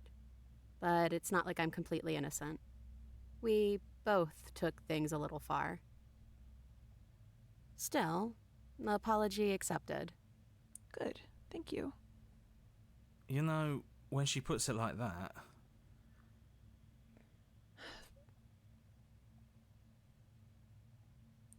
So now that we're here at the end of everything, can you finally tell me your name? I never had one. And Do not call me the Shifting Mound. It's too much. But I've always been a princess to you, right? So why don't we stick with that? And as for you, well, hero works for me. Works for me too. But that's me. You know, I think I like that. What do you think of her? What she wanted us to be? I don't think she's the sort of thing you can really disagree with. It doesn't matter if she's right or wrong because she exists. She's this big, unrelenting force, and there's no arguing with her. But I guess that was the question out there, wasn't it? And it was the question before you came down here, too. Should she get to exist? I'm glad you didn't bring that knife with you. Same. Didn't argue with her, pledge yourself. And I don't want to be her, if that's what you're asking. I think I just want to be me. I mean, yeah, I'm willing to Yeah, just... I'm happy not to be wait a second. everything. Just being us is plenty.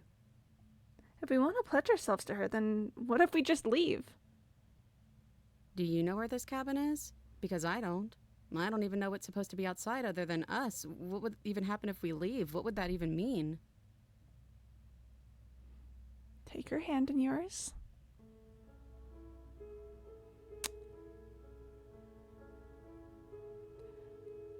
It doesn't matter what happens or what it means. What matters is that we're leaving together. That's all I want. You know what? Yeah, I want that too. Oh, look, the hero's really my favorite voice. Well, I mean, yeah, but hero's not the one I relate to, but my favorite. Hero's just here with us always. He's our guy. I think I'm gonna stay right here. Whatever you're doing right now, wherever you're going, it feels like it's for just the two of you. Hero's the most straightforward and normal. The closest to our actual line of thinking most of the time.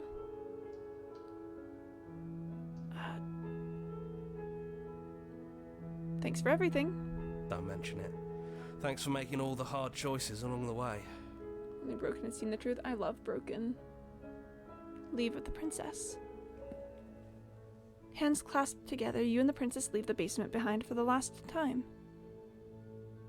It's quiet as you ascend, a comfortable silence filling a space that used to be flooded with violence and words and noisy thoughts. But there's an energy in the silence, an electricity, the anticipation of the unknown. At the top of the stairs, the princess stalls, eyes fixed on the cabin door. You feel her hand tremble in yours. She's unsure of herself for the first time in her long and short existence. She has no part to play anymore, and she knows this. Yet she still is. And then she crosses the room to the door outside, pulling you excitedly with her. I just noticed that this is the red text font. Except we're not angry now. This is it. I have no idea what it's going to be like out there. Not that I'm scared or anything. It's exciting, really. Anything could happen. And if it's bad, then it won't be bad. Not with you. I love you. I love you too. But I'm trying not to be sappy about it. Don't make me get all emotional. Okay, alright.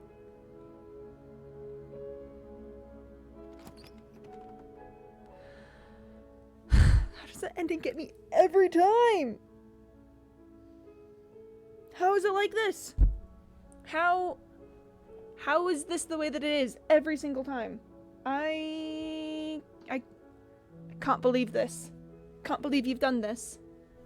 My goodness gracious me. Okay. I love hanging out in the credits, but I think we do gotta scooch through it. Been live for quite some time. Which means that it's probably time for me to get going. This is a really good game. I don't know if I've ever mentioned that. We're in love. We're in love!